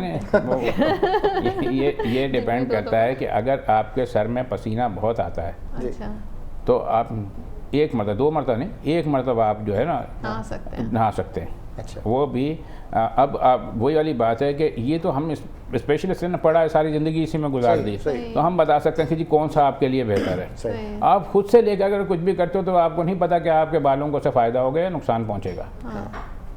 कि भाई जिसको पता ही नहीं है कि इसमें कितने सारी चीज़ें ऐसी हैं जो कि मेरी, तो पता कैसे चले, कुछ बताएं आप। यही तो बता रहा हूँ ना भाई। देखिए, या तो न्यूट्रल पीएच शैम्पू बाज़ पे लिखा भी हुआ होता है। अच्छा, बाज़ में ऐसे इंग्रेडिएंट्स होते हैं जो कि जिनसे झाग तो बहुत बनती है, लेकिन वो बालों के लिए नुकसानदेह होते हैं। वो कहते हैं ये बड़ा अच्छा झाग बना रहा है, इसने साफ़ कर दिया, यूँ कर दिया, वो कर दिया। ऐसा नहीं है। मतलब न्यूट्रल पीएच शैम्पू का कॉन्सेप्ट यही होता है कि वो आपके बालों को उसी पीएच पे रखता है कि जिसकी आपको ज़रूरत होती है। लिखा होता है, बाद में लिखा भी होता है। तो उसकी क्वांटिटी कम होनी चाहिए पीएच की या ज़्यादा होनी चाहिए? भाई जो हमारे स्किन की है ना, यानी 5.5। अच्छा। अब ये होता है कि बाद शैम्पू जो कम से कम भी होते हैं वो 6 के होते हैं, अच्छा, वरना 7 और 8 के होते हैं। ओहो। और ये जो अगर लॉगरिथम के हिसाब से देखा जाए तो अगर वो 7 हो गया तो वो समझो वो आपके लिए तकरीबन 10,000 गुना नुकसानदेह हो गया। 5 से बिलो होना चाहिए। नहीं, 5 और 5.5 ओके, ये होना चाहिए। सही। अगर वो जैसे बढ़ते तो लॉगरिथम में के हिसाब से वो 1 लाख गुना, 10,000 गुना हुआ, फिर उसके बाद 7 हो गया, 1 लाख हुआ, 8 हुआ तो 10 लाख। हाँ। तो ये वाली चीज़ें होती हैं, ये पता ही नहीं होती है हर शख्स बेचारे को क्या पता। सही। चलिए, ये तो शैम्पू हो गया। अब डाइट क्या इस्तेमाल करनी चाहिए? दो चीज़ें मैं बात कर रहा था कि बालों के लिए 2 चीज़ों की ज़रूरत होती है, एक प्रोटीन की और एक आयरन की। सही। अच्छा, बाज़ औक़ात ऐसे मरीज़ हमारे पास आते हैं कि वो कहते हैं डॉक्टर साहब ये तो बाल इतने इतने से रह गए हैं, सारे टूट गए, यूँ हो गए, वो हो गए। अरे भाई, आप अब खुद देखो कि उनका रंग इतना पीला होता है कि उनको सीवियर एनीमिया यानी खून की कमी होती है। अब जिसमें खून ही नहीं है तो उसमें तो इन्फेक्शन भी होंगे और ज़ाहिर जिस्म बढ़ेगा भी नहीं, नाखून अंदर धंस जाते हैं, बहुत सारी अलामतें होती हैं एनीमिया की। तो एक तो आप कोशिश ये करें कि आपकी डाइट बैलेंस होनी चाहिए, ठीक है ना। बैलेंस डाइट से मुराद हम ये लेते हैं कि उसमें मुर्गी, मछली, अंडा, दूध, गोश्त, सब्जियाँ, दालें, सारी चीज़ें हों, फल, सारी चीज़ें हों। अच्छा, अब डाइट का हिसाब ये है, कोई वेजिटेरियन है वो कहता है मैं तो कभी गोश्त खाया ही नहीं, और बाद ऐसे कार्निवोरस हैं वो कहते हैं जी हमसे सब्ज़ी और दाल खाई नहीं जाती। सही है ना। तो ये इन चीज़ों को एज ए मैं आमतौर पे कहता हूँ गोश्त को आप अपनी दवा समझ के खाएं। सही। बच्चे नहीं समझते ना। जी। चिकन आजकल आपको पता है कितना ज्यादा इनटेक है चिकन लेकिन का। चिकन में भी तो प्रोटीन है, चिकन में लेकिन प्रोटीन उतना रिच प्रोटीन नहीं है, आर्टिफिशियल प्रोटीन फिश जो है ना वो सबसे अच्छी प्रोटीन है। अच्छा। आजकल तो फिश भी जो है वो फार्म हाउसेस की आती है, हाँ। उसको वही फीड दी जाती है जो आप सही कह मुर्गियों रहे को हैं, दी जो जाती है। बिल्कुल सही है। तो उसमें भी वो ताकत नहीं है मछली देखें जो समंदर की मछली है ना, हाँ वो जबरदस्त वो सही है, समंदर की मछली सही है। वरना हमारे यहाँ जहाँ से आप घरों से आगे निकल जाएं, जगह जगह फिश फार्म बने फिश हुए हैं। फार्म्स हैं, उनको वही फीड दी जा रही होती है जो चिकन को दी जा रही बिल्कुल होती है। बिल्कुल। तो तो ये उसकी अफादियत भी कोई नहीं है। इतनी नहीं है जितनी कि समंदर की मछली की है। हाँ, समंदर की वो तो हाँ, समंदर की मछली सही है, कोई इसका वो नहीं है। तो दोनों चीज़ें, एक तो ये कि प्रोटीन का इंटेक आपका सही होना चाहिए, सही। और दूसरा जो है ये दूध वगैरह, ये भी प्रोटीन की एक किस्म है, ये होना चाहिए। फिर तीसरा ये कि पानी, जूस, दूध, लिक्विड जो भी है वो, और ये एक रूल ऑन थंब बना लेंगे, कम से कम 10 से 12 गिलास अच्छा। ठीक है। 24 घंटे में 10 से 12 गिलास पानी के हैं। सही। अब आप देखिए अल्लाह ताला का वो कि जब सर्दियाँ आती हैं तो कुछ और फल होते हैं, गर्मियाँ आती हैं तो खरबूजे और तरबूज है ना, पानी है। कुदरत ने भी एक मेहरबानी हाँ, की होती है ना हाँ, हमारे बिल्कुल। ऊपर। यानी कि हाइड्रेट रखना चाहिए अपनी बॉडी को। और जब सर्दियाँ आती हैं तो ड्राई फ्रूट चलता है हाँ। है ना, मतलब आप देखें बादाम, अखरोट, पिस्ते वगैरह, उस वक्त आपको इतनी पानी की ज़रूरत नहीं, ड्राई फ्रूट पे से काम चल रहा रहता है। लेकिन यहाँ पर जो है आपको इसकी ज़रूरत है, तो तरबूज। चले सर, बहुत अच्छा हुआ और बहुत कीमती बातें आप बताते हैं। हम उस पर अमल बिल्कुल नहीं कर रहे होते हैं, सिर्फ सुनते हैं। अगर अमल कर लें तो ये प्रॉब्लम शायद ना हो। वालेकुम अस्सलाम, गुड मॉर्निंग, कीअं आहियो? अल्हम्दुलिल्लाह बिल्कुल ठीक ठाक। ज़बरदस्त सूट पाता हुआ तव्हां। तव्हां बि काफ़ी सुठा पिया लॻो, सजाद भाउ बि काफ़ी फ्रेश लॻे पियो। मूंसां अलमी हुयो हूंदो आहे त केर बि फोटो कढण ईंदा आहिनि त जॾहिं उनसां सां फोटो कढंदा आहिनि या पोइ चवंदा आहिनि तव्हां बि अचो, तव्हांजो बि सुठो फोटो आयो आहे, तव्हां बि ठीकु था लॻो। इहो बि जेको आहे सो मुंहिंजे लाइ ॾाढो मतिलबु ॾाढो सुठो आहे, ऐं त वेलकम ई कंदुसि। तव्हां सां सालनि खां आयलो आया आहे, पर हाणे उनसां सां गुज़िरियल कुझु ॾींहंनि में सुठी हिकिड़ी मतिलबु तव्हां कल्ह बि असां तव्हांजो ज़िक्र ख़ैर कयोसीं त हिकदमि उनसां चयो त मां मिस थी कयां। उनसां मां व्हाट्सएप ते इहो प्लान कंदा आहियूं त सजाद भाउ खे इग्नोर कंदासीं, सजाद भाउ खे थोरो इग्नोर कंदासीं, थोरो उन्हनि सां मतिलबु घटि घटि ॻाल्हाईंदासीं ताकि उहे महसूस कनि पंहिंजी आइसोलेशन। सीक्रेट शेयर करे मां छॾियो। हाणे रिसेंटली ईद में जॾहिं मूंखे कोविड थियो त मां एॾो आइसोलेट रहियो आहियां जो हाणे मूंखे बि आदत पइजी वई आहे। यार ॾाढो मज़ो आहे एतिरा साल कंटिन्यूसली एतिरो पब्लिक में माण्हुनि सां आहियो, पर जॾहिं पाण सां मुलाक़ात थी, केरु अचण बि न पिए चाहियो ऐं आउं कंहिं वञी बि न पिए सघियसि फिज़िकली मोबाइल ते हिन में, त मूंखे त हाणे मज़ो थो अचे आइसोलेशन में। ऑनेस्टली स्पीकिंग पाण सां जॾहिं मुलाक़ात थिए थी, पर जनरली असां पंहिंजी पाण सां मुलाक़ात नयूं कंदा। तव्हां नंढियूं नंढियूं ॻाल्हियूं न दिलि ते खणे वठो।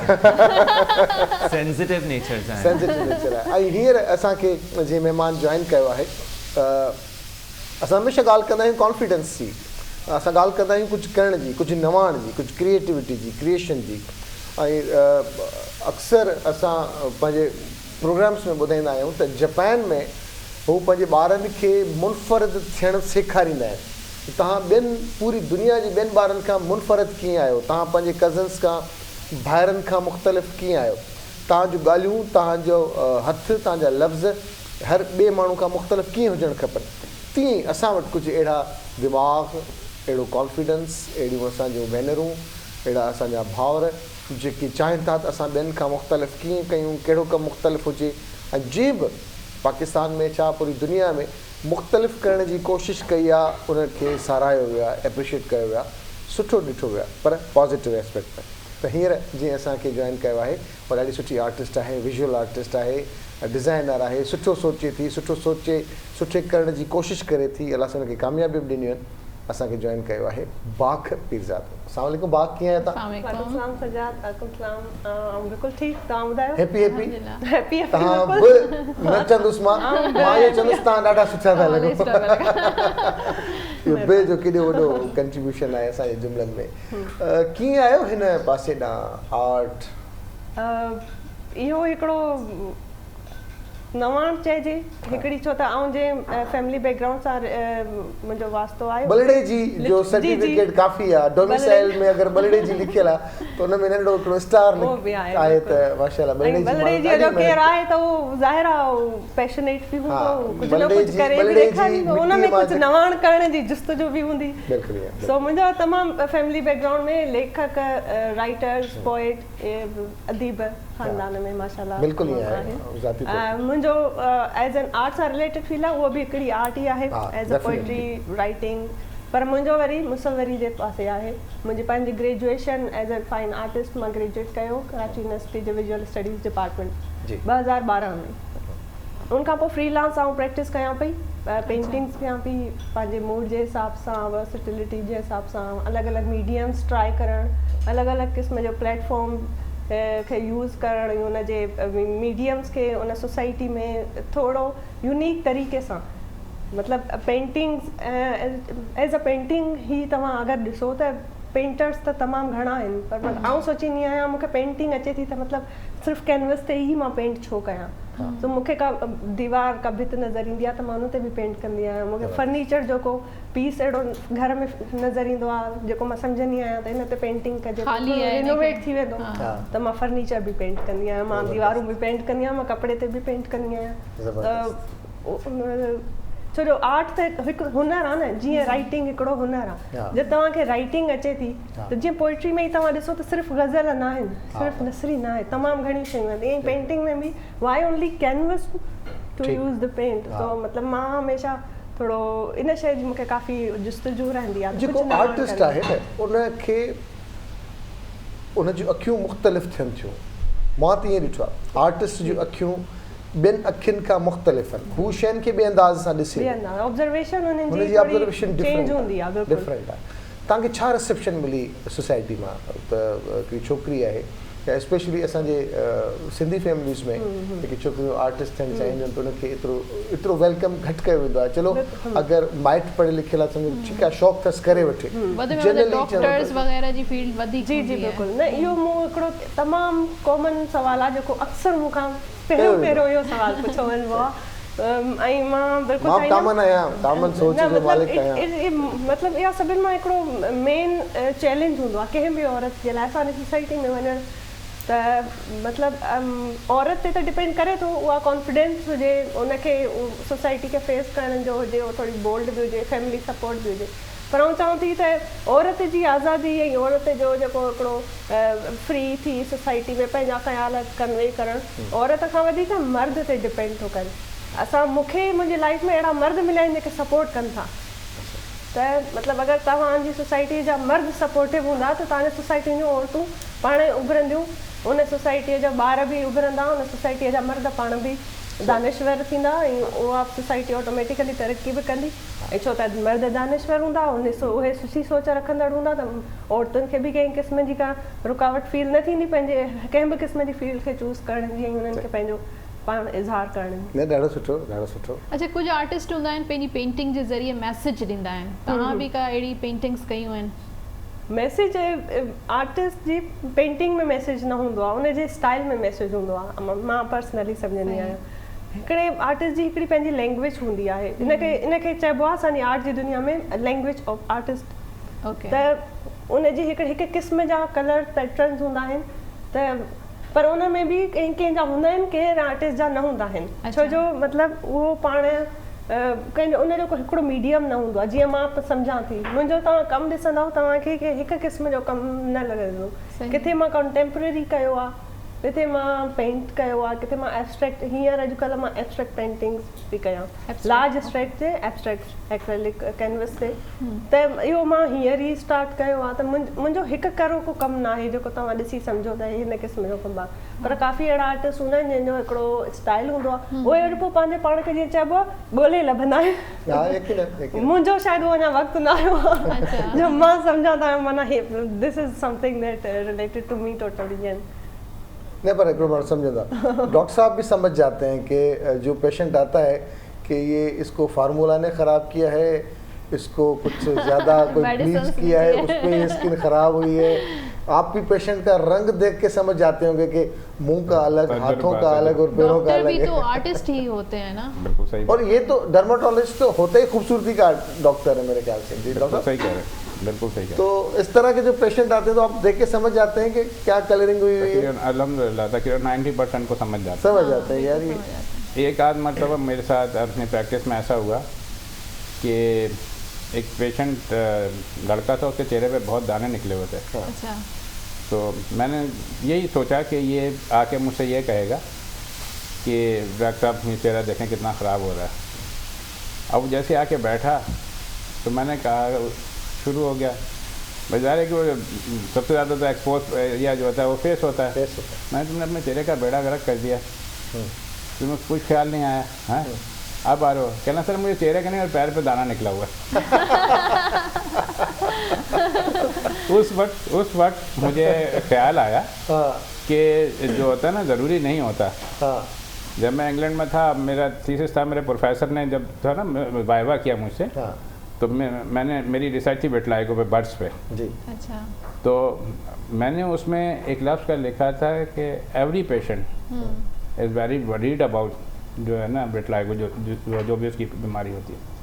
तो उसने फिर मुझे कहा, उसने बाकी तो सारा यानी 4 प्रोफेसर बैठे मेरे वाइवा ले रहे थे, एक ने जो था ना वो कहा कि तुमने ये किस तरीके से लिखा है कि हर पेशेंट। तो फिर मुझे उससे अंदाज़ा हुआ, मैंने बात को खैर घुमा फिरा के वो कर लिया, लेकिन उससे मुझे अंदाज़ा हुआ कि जैसे बाद लोगों का बर्स होता है उनको कोई फिक्र नहीं होती, बस हो गया।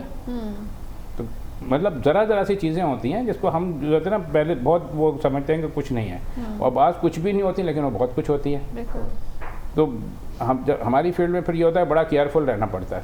कहते हैं everything is possible in medicine, सही कि आप अगर कहें नहीं ये ऐसा नहीं हो सकता, तो उसमें कहने हो सकता है। तो ये वाला हो सकने का जो ऑप्शन है कि जिस तरह मैंने कहा कि तुमने अपने चेहरे का बेड़ा गर्क करके अब आ रहे हो मेरे पास, कहना नहीं सर ये दाने तो बहुत अच्छे थे, मेरे पे दाना निकला हुआ है। हो तो फिर मुझे इस चीज़ का अंदाज़ा हुआ कि वाकई हर किसी को अपने यहाँ पर मेरी लैकिंग है, और मैंने उस चीज़ को सही किया। नहीं, ये हमारे किचन की मेहरबानियाँ होती हैं। हमें रोज़ाना डॉक्टर के पास जाना पड़ता है। डॉक्टर हमारे पास आए तो उनको पता चले कि ये धुआं कितना ज़बरदस्त होता है, ये अपना आर्ट दिखा रही है, लंग्स की एक्सरसाइज कैसे होती है। तो इसीलिए हमारे पास पूरा पैकेज होता है। ये तो शुक्र है कि हम वैक्सीनेटेड हैं, कोरोना वोरोना के इंजेक्शन वगैरह लगाए हुए हैं। हमने भी एंटीबॉडीज बना ली, हमें भी कोई खतरा नहीं है। वरना ये होता कि ये क्या हो गया, वरना आप खुद बाहर चले जाते हैं। अभी खांसता हुआ तो नहीं आया था, यहाँ से जाते बाघ का इहो असां पुछूं, बाघ तव्हां माशाल्लाह हिते आया हो, अच्छा तव्हां इंस्पिरेशन आहियो पंहिंजे ॿियनि ॻोठ जे या शहर जे या ज़ात या आस पास जे माण्हुनि जे लाइ, ख़ासि तौर ते छोकिरियुनि जे लाइ तव्हां केतिरा पाण मोटिवेशनल आहियो ॿियनि जे लाइ?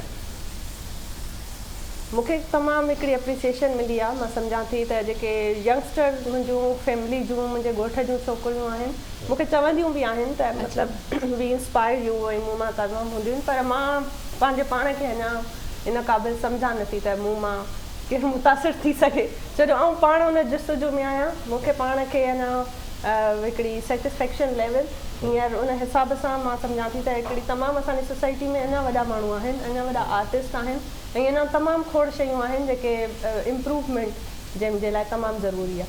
त उन ते कमु हिकिड़ो कयां पई। मूंखे पर्सनली ॾाढी एप्रिसिएशन मिली आहे, मतिलबु मुंहिंजे फैमिली मां, त उहो हिकिड़ो थैंकफुल एज़ अ सोसाइटी हिकिड़ी तव्हांजा थोर आहे त तव्हां मूंखे घुरायो था अहिड़नि शोज़ में, मतिलबु इहा तमामु वॾी ॻाल्हि आहे। ऐं मतिलबु हिकिड़ो सरप्राइज़िंगली हिकिड़ो फील थींदो आहे त शायदि अहिड़ो कुझु करे वई आहियां जो माण्हू सम्झनि था, सुञाणनि था, घुराइनि था। पर मुंहिंजो हिकिड़ो जेको पर्सनली चइजे त लाइफ में जेको मां सम्झां थी करणु घुरिजे, जेके शयूं अचणु घुरिजनि, जंहिं क़िस्म जो मूंखे एज़ एन इंडिविजुअल पंहिंजा फ़र्ज़ जेके निभाइणु घुरिजनि, उन लेवल ते अञा आउं पहुची न आहियां। ऐं अञा स्ट्रगलिंग लेवल में आहियां, ऐं मां अञा ताईं हिकिड़ी मुंहिंजी कोशिशि इरादो छा आहे, मतिलबु छा करण जो इरादो आहे? एॾो वॾो जो I don't plan anything Sajjad, I have no planning त मूंखे लाइफ में छा करिणो आहे। मां थी हिकु लाइफ खे न माण्हू एक्सेप्ट करे, इहा ई वॾी ॻाल्हि आहे। असां वटि लाइफ खे एक्सेप्ट नथो कयो वञे। जॾहिं तव्हां एक्सेप्ट था कयो त तव्हां मेंटली प्रिपेयर था रहो, पोइ तव्हांखे जेके बि चैलेंजिस मिलनि था, जंहिं क़िस्म जूं रुकावटूं फेस करण जे लाइ मिलनि थियूं, उहे पोइ तव्हां उनखे ईज़िली डाइजेस्ट करे था सघो, ऐं पोइ कूल माइंडेड हिकिड़ो फ़ैसिलो करे था सघो जेको तव्हांखे अॻिते वधण में हेल्प थिए थो। पर जॾहिं माण्हू प्लान करे थो उहो नथो थिए पोइ माण्हू डिसहार्ट थिए थो, पोइ माण्हू मायूस थिए थो, पोइ उते ब्लैंक थी थो वञे। पोइ अक्सर माण्हू साइकोलॉजिस्ट ॾे वेंदा आहिनि हाणे असां छा कयूं, पर जॾहिं तव्हां फुल ओपन हार्टेडली हिकिड़ो वेलकम कंदव त this is life and I am welcoming each and everything what ever coming towards me, त पोइ तव्हां ऑटोमेटिकली तव्हां में हिकिड़ो कॉन्फिडेंस अची वेंदो ऐं तव्हां जेके पंहिंजा हुनर आहिनि उन जे मुताबिक़ तव्हां को फ़ैसिलो करण जे क़ाबिल रहंदव, पंहिंजो फेस करण जे क़ाबिल रहंदव ऐं ऑटोमेटिकली तव्हांखे हिकिड़ो पीसफुल माइंड पंहिंजा रस्ता पाण ठाहिण खपनि, सोचणु खपे हुनमें कहिड़ी इहो हिकिड़ो बिलीव आहे। पोइ हाणे अलाह ते बिलीव चइजे, पंहिंजे पाण ते बिलीव करणु चइजे, या चइजे त हिकिड़ी पंहिंजी हिकिड़ी कुवत आहे जेका हर कंहिं माण्हूअ खे अचे थी। मां बिलीव कयां थी, मुंहिंजो बिलीव आहे त कंहिं क़िस्म जे सर्कमस्टांसिस में हर माण्हूअ खे इहो सलाहियत आहे त उहो फेस करे सघे थो ऐं उनखे पॉज़िटिव तरीक़े सां करे सघे थो। हमीर तव्हां के गहरी सोच में कुझु सवाल करणु चाहियो था? बाख ॻाल्हाए थी ऐं अदी बाख सां मुंहिंजी जेका अक्वेंटेंस आहे आई थिंक 2012 या शायदि 2013 खां 2013 जी शुरूआति खां, तॾहिं जीअं बाख चयो की बाख कम्स फ्रॉम अ फैमिली जिते तमामु क्रिएटिविटी जो कमु थींदो आहे, अॻिते वधण जी सोच हूंदी आहे। बाख खे मां चवंदमि त ज़रूरु पंहिंजो उहो हिकिड़ो प्रोजेक्ट शेयर करे जेको हिन शुरू में कमु कयो। फेसबुक ते तॾहिं एतिरो ट्रेंड न हूंदो की ऑनलाइन कपिड़ा एम्ब्रॉयडरी वारा कल्चर हिकिड़ा ठाराए करे ऐं उन्हनि खे विकण जे, कीअं उन प्रोजेक्ट ज़रिए हिन पंहिंजे ॻोठ जी औरतुनि जी बि सपोर्ट कई?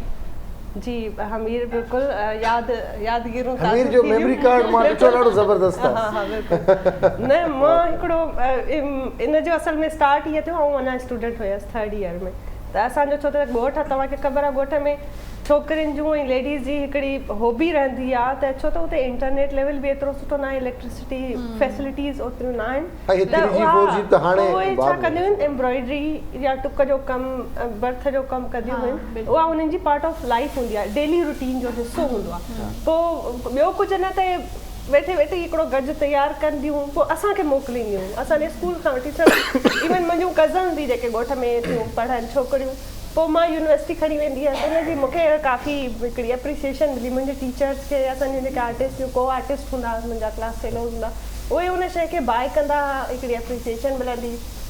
पोइ मां सोचियो त छो न हिकिड़ो ऑनलाइन पेज हिकिड़ो कजे, उन में पोइ सेखारिजे अगरि कुकिंग थिए त पाणी पियो आहे हिते अदी नसीम आख़िर असां हिते मां ॻाल्हायो आहे हींअर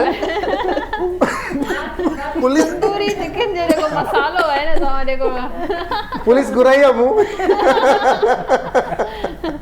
मसालो कोन विधो पियो तव्हां अहिड़ा अगरि इस्तेमालु कंदा न मसाला असांजा महिमान भॼी वेंदा।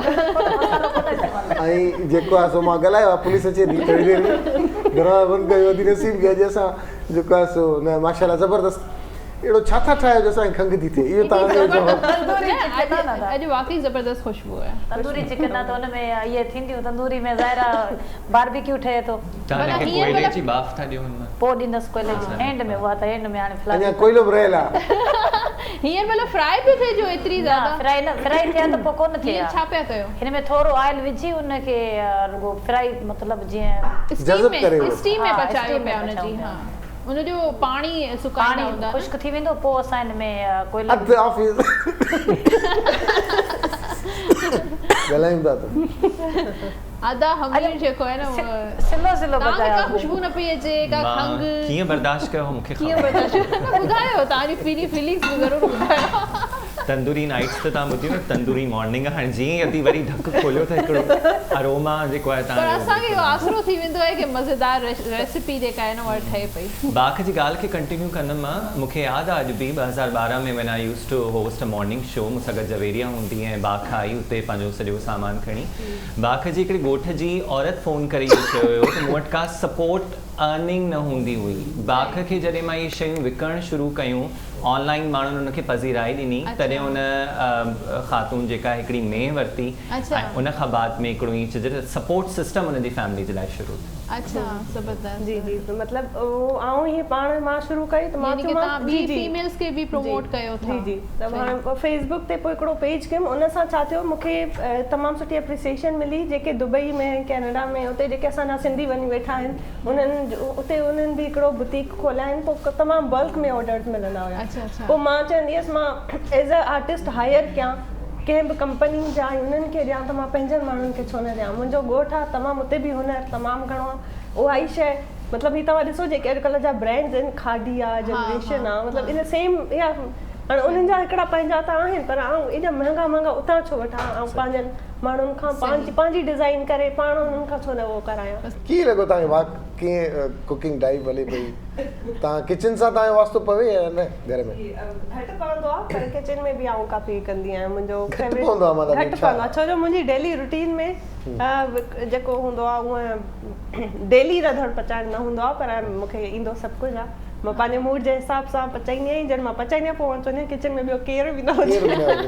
अदी नसीम जो भी बूढ़ा हिते ॿियो केर बि न हुजे, सब भरी वञे न। हाँ बिल्कुल। डॉक्टर साहब ये बताएं कि ग्रे हेयर्स का बहुत इशू है और यंगस्टर्स को भी ग्रे हेयर्स का प्रॉब्लम हो रहा है आजकल। देखिए ग्रे हेयर्स तो एक तो होता है ख़ानदानी जो चल रहा होता है ना, premature whitening of hair कहलाता है। ये तकरीबन 8, 10, 12, 15 साल की उम्र से शुरू हो जाते हैं बाल ग्रे होते हैं, फिर वाइट हो जाते हैं।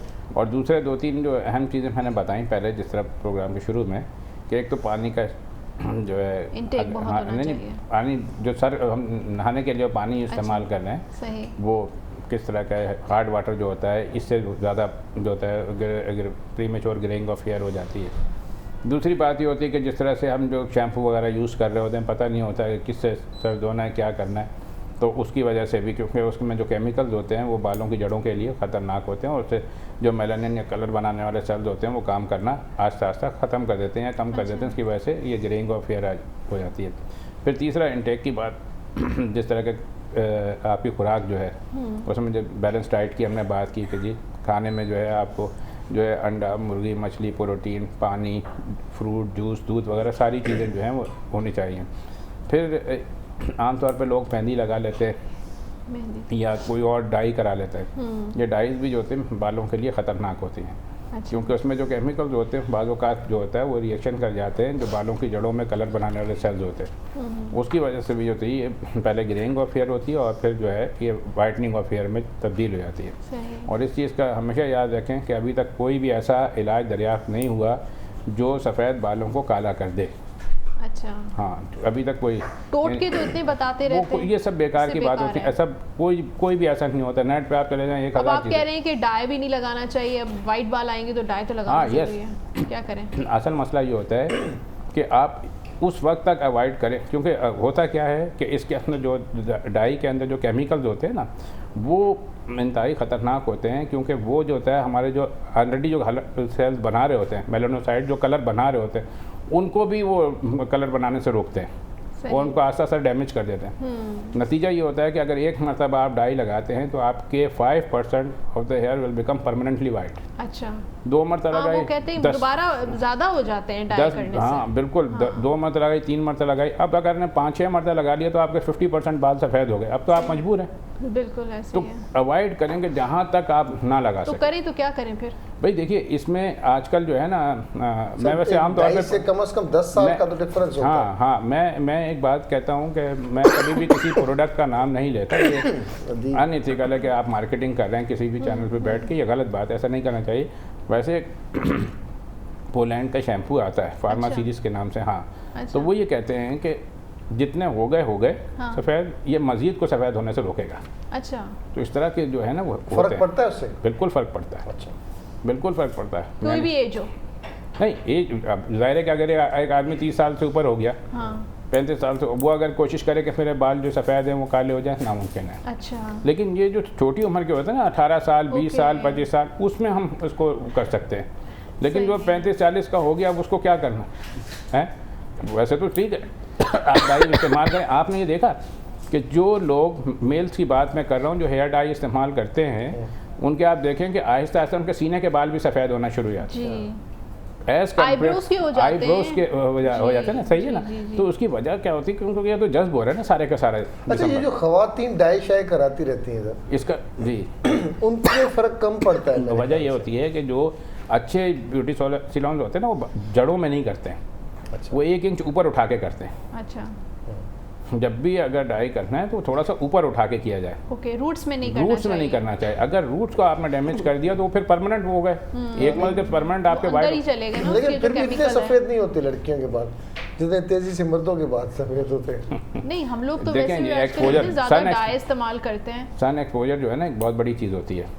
आप हम जो मजदूर आदमी सन होते की हैं, जो वजह जो यार, समंदर पे यार, काम करते हैं ना, माहीगीर, जी, आप जी, उनको जी, देखें 35 साल के बाद कोई ऐसा नहीं होगा जिसके सर में सफ़ेद बाल ना हो, सही सही। बनिस्बत उन लोगों के जो कि इंडोर काम कर रहे हैं, उनके बाल इतने सफ़ेद नहीं होंगे समंदर पे, क्योंकि हर ये वक्त धूप वाले बाल हैं।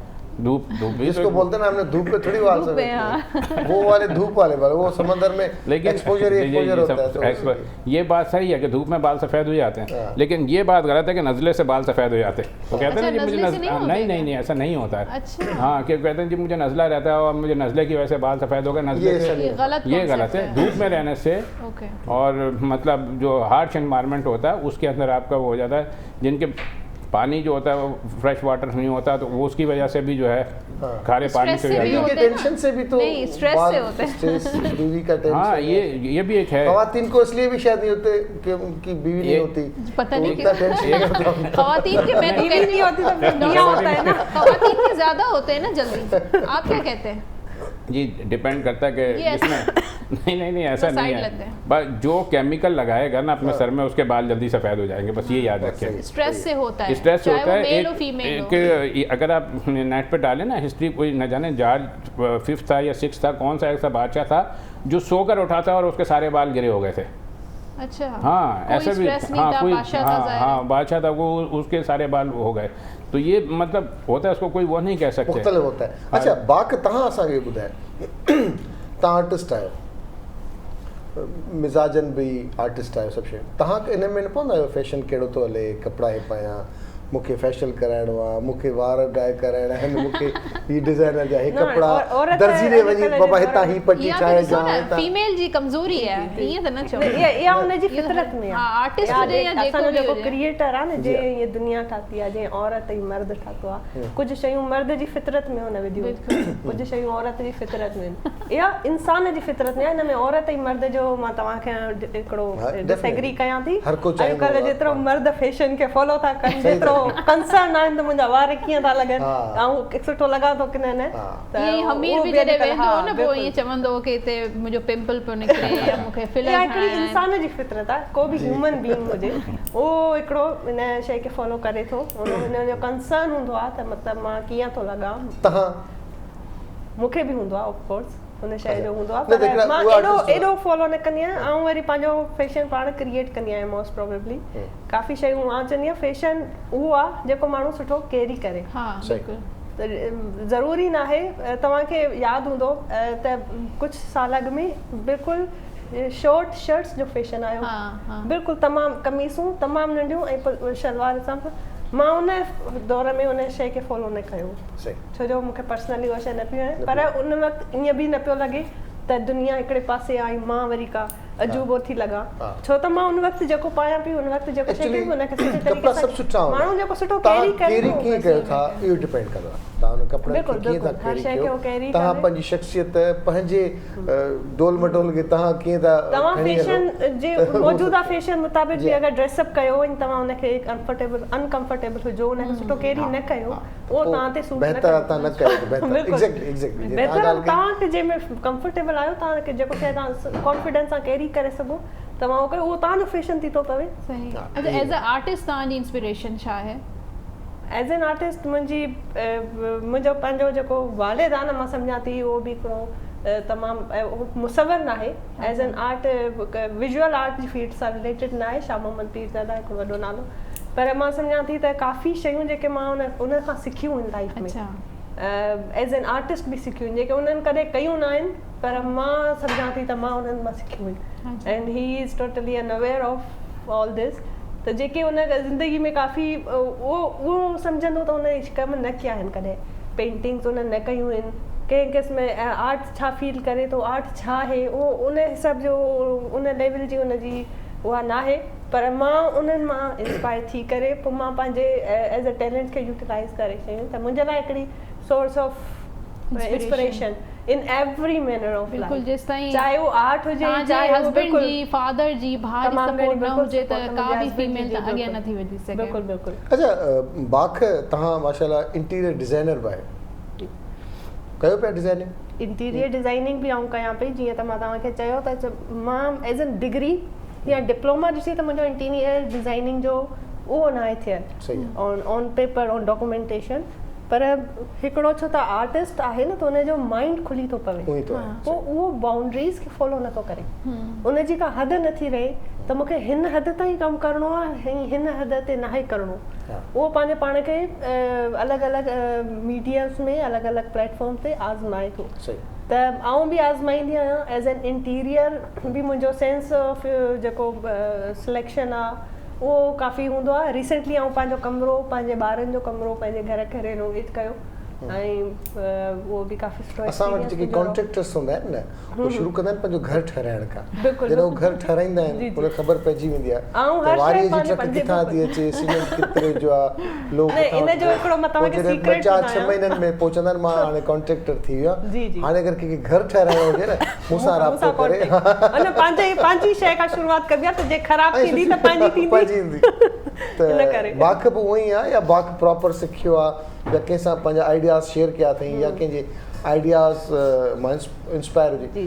अॼु नसीब असां बस कईसीं, असां न खाईंदासीं अॼु, असां अॼु पंहिंजो सोशल बाइकॉट ईअं कंदासीं अॼु त जेतिरो ठहियो आहे, जेतिरो ठही चुको आहे उहो असांखे अखियुनि ते क़बूल आहे। तव्हां अॼु असांखे माफ़ी कोन मिलंदी, जेको धुओं अचे थो न हितां, न हाणे कोन्हे, पाणी बि विझी छॾियो आहे, ॾिसो तव्हां बसि हिनखे बाहि खे बंदि कयोसि बसि, न बाहि खे अञा बंदि कोन थींदी, अञा न थींदी। तव्हां जेको सवाल है डॉक्टर साहब स्किन से रिलेटेड है, डॉक्टर साहब से मुझे ये पूछना था कि प्रीमेच्योर ग्रे हेयर की जो हम बात कर रहे हैं, हेरिडिटी का भी इसमें बहुत ज़्यादा एक आंसर होता है कि जैसे डॉक्टर साहब ने कहा कि नज़ले से ये बाल सफ़ेद होना ये फ़िक्रा ही गलत है और ये सोच ही गलत है, लेकिन हेरिडिटी जो होती है वो सारी चीज़ें ट्रांसफ़र करती है।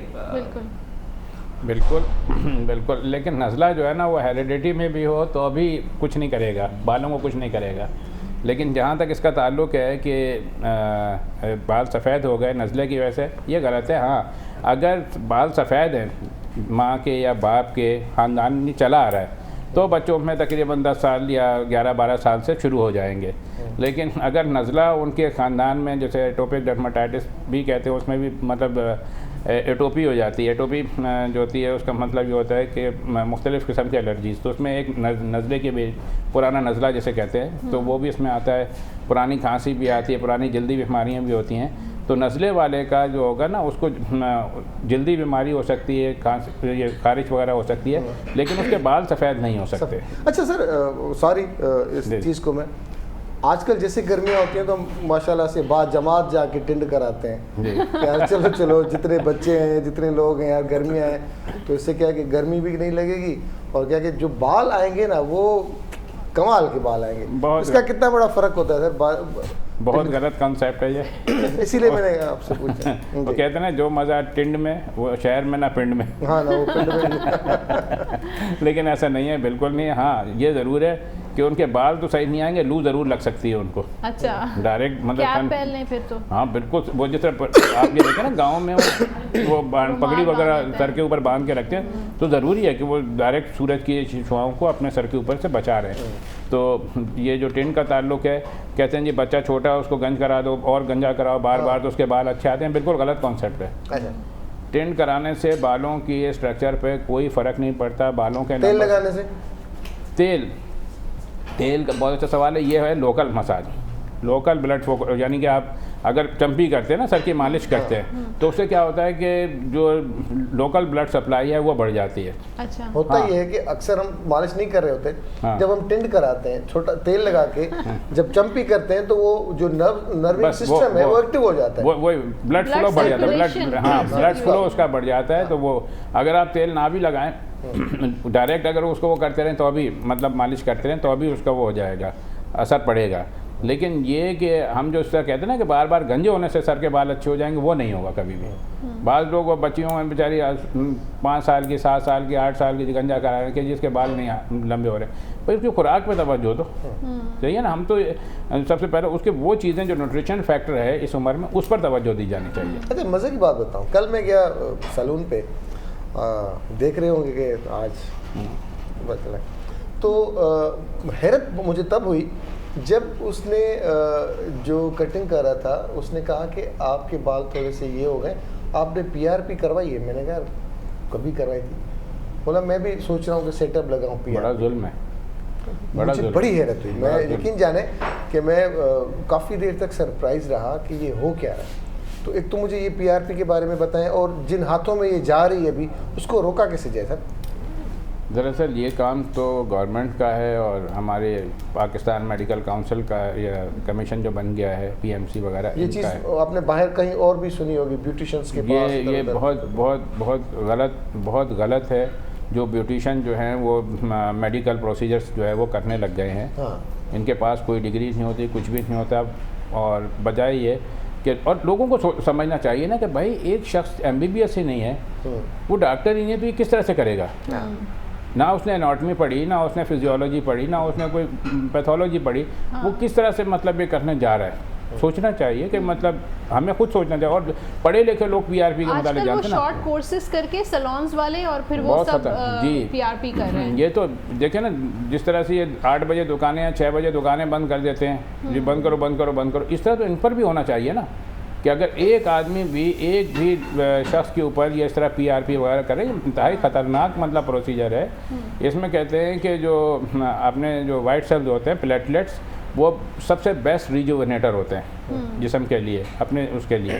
अब PRP में क्या करते हैं, ब्लड लेते हैं सबसे पहले, प्लेटलेट्स निकाल, हाँ, उसमें से प्लेटलेट्स निकाल के फिर उसको इंजेक्ट किया जाता है, है या नहीं? तो ये तो वो आदमी करे, वो डॉक्टर करे कि जो वाकई क्वालिफाइड है। सही है। किसी को पता ही नहीं सर, है। वो डॉक्टर भी नहीं कर रहे होते, उनके टेक्नीशियंस कर रहे होते हैं। बिल्कुल, आप सही कह रहे हैं। मोटा काम जानते हैं। अगर आप प्रोफेशनल क्लिनिक्स पे भी जाएं तो वो उनके टेक्नीशियंस ही सारा काम कर रहे हैं। बड़े डॉक्टर्स PRP खुद नहीं करते, या ट्रांसप्लांट में भी थोड़ा बहुत वो खुद देख रहे होते हैं, बाकी सारा काम टेक्नीशियंस कर रहे होते हैं। जिसकी आपने बात की कि एनाटॉमी पढ़ा होता है, ना उन्होंने MBBS किया होता है, ना उनकी इतनी होती है। हाँ, प्रैक्टिकल में होने की वजह से उनका हाथ थोड़ा सा बेहतर हो जाता है, देख लेते हैं अच्छा ऐसे करना है, ये सर कोई मसला नहीं, मैं कर लूँगा, आप भले आराम से फ़ोन पे बात कर लें, मैं कर लूँगा। तो यही हो रहा होता है। अगर ये गाल असां बाख खां पुछूं, बाख अहिड़ा आर्टिस्ट ईंदा हूंदा जेके चवंदा का ॻाल्हि ई न आहे, इहा कहिड़ी वॾी ॻाल्हि आहे, इहा आर्टिस्ट ठाही अथसि, अहिड़ो गोरंगनि खे हीअं त कयो आहे, बाख माफ़ करे ईंदसि।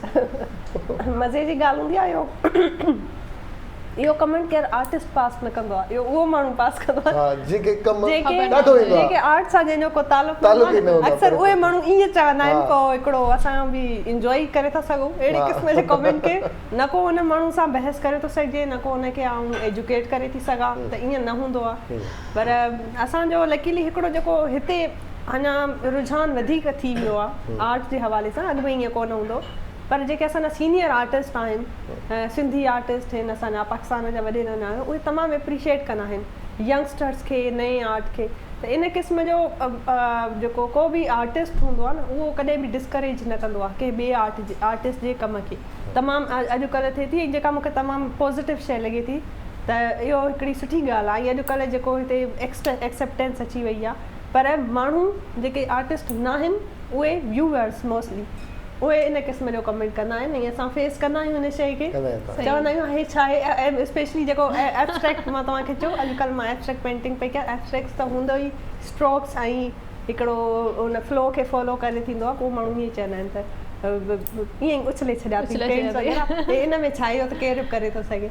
सो पर तव्हां आर्टिस्ट जॾहिं ॿियनि आर्टिस्टनि जी गैलरीज़ में वेंदा हूंदा, विज़िट कंदा हूंदा, हुनजे कम खे एप्रिसिएशन घणी मिलंदी हूंदी आहे, ऐं तव्हां ॾिसंदा त हुनजो कमु पूरो सारो हूंदो आहे, पर उनजी मार्केटिंग ॾाढी ज़बरदस्त हूंदी आहे, उनजा जेके विज़िटर्स आहिनि उहे ॾाढा क्वालिटी विज़िटर्स हूंदा आहिनि, उनजो सभु, त पोइ दिलि में इहो फैक्ट इहो आहे इन क़िस्म जो। इन सां वरी इहो हूंदो आहे त जेको तव्हांजो PR तव्हांजी थिए थी, तव्हांजा कॉन्टेक्ट्स वधनि था, त इहा शइ हूंदी आहे, इन शइ खे फेस करे सघिजे थो। मां ईअं न चवंदमि त ईअं न आहे, हिते आहे, ऐं इन शइ खे असां फेस कंदा आहियूं, ईअं थींदो आहे।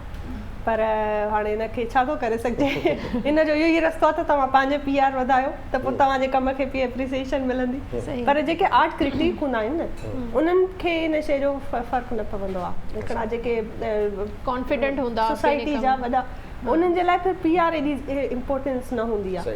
उहा वाक़ई में पोइ उन माण्हूअ जो हिकिड़ो नालो थिए थो, उन माण्हूअ जी पंहिंजी हिकिड़ी सुञाण थिए थी, हिकिड़ो थ्रू जेको सुठो कमु करण वारो सोसाइटीअ में उहो लिकी नथो सघे, बेशक उनजी PR एतिरी न बि हुजे।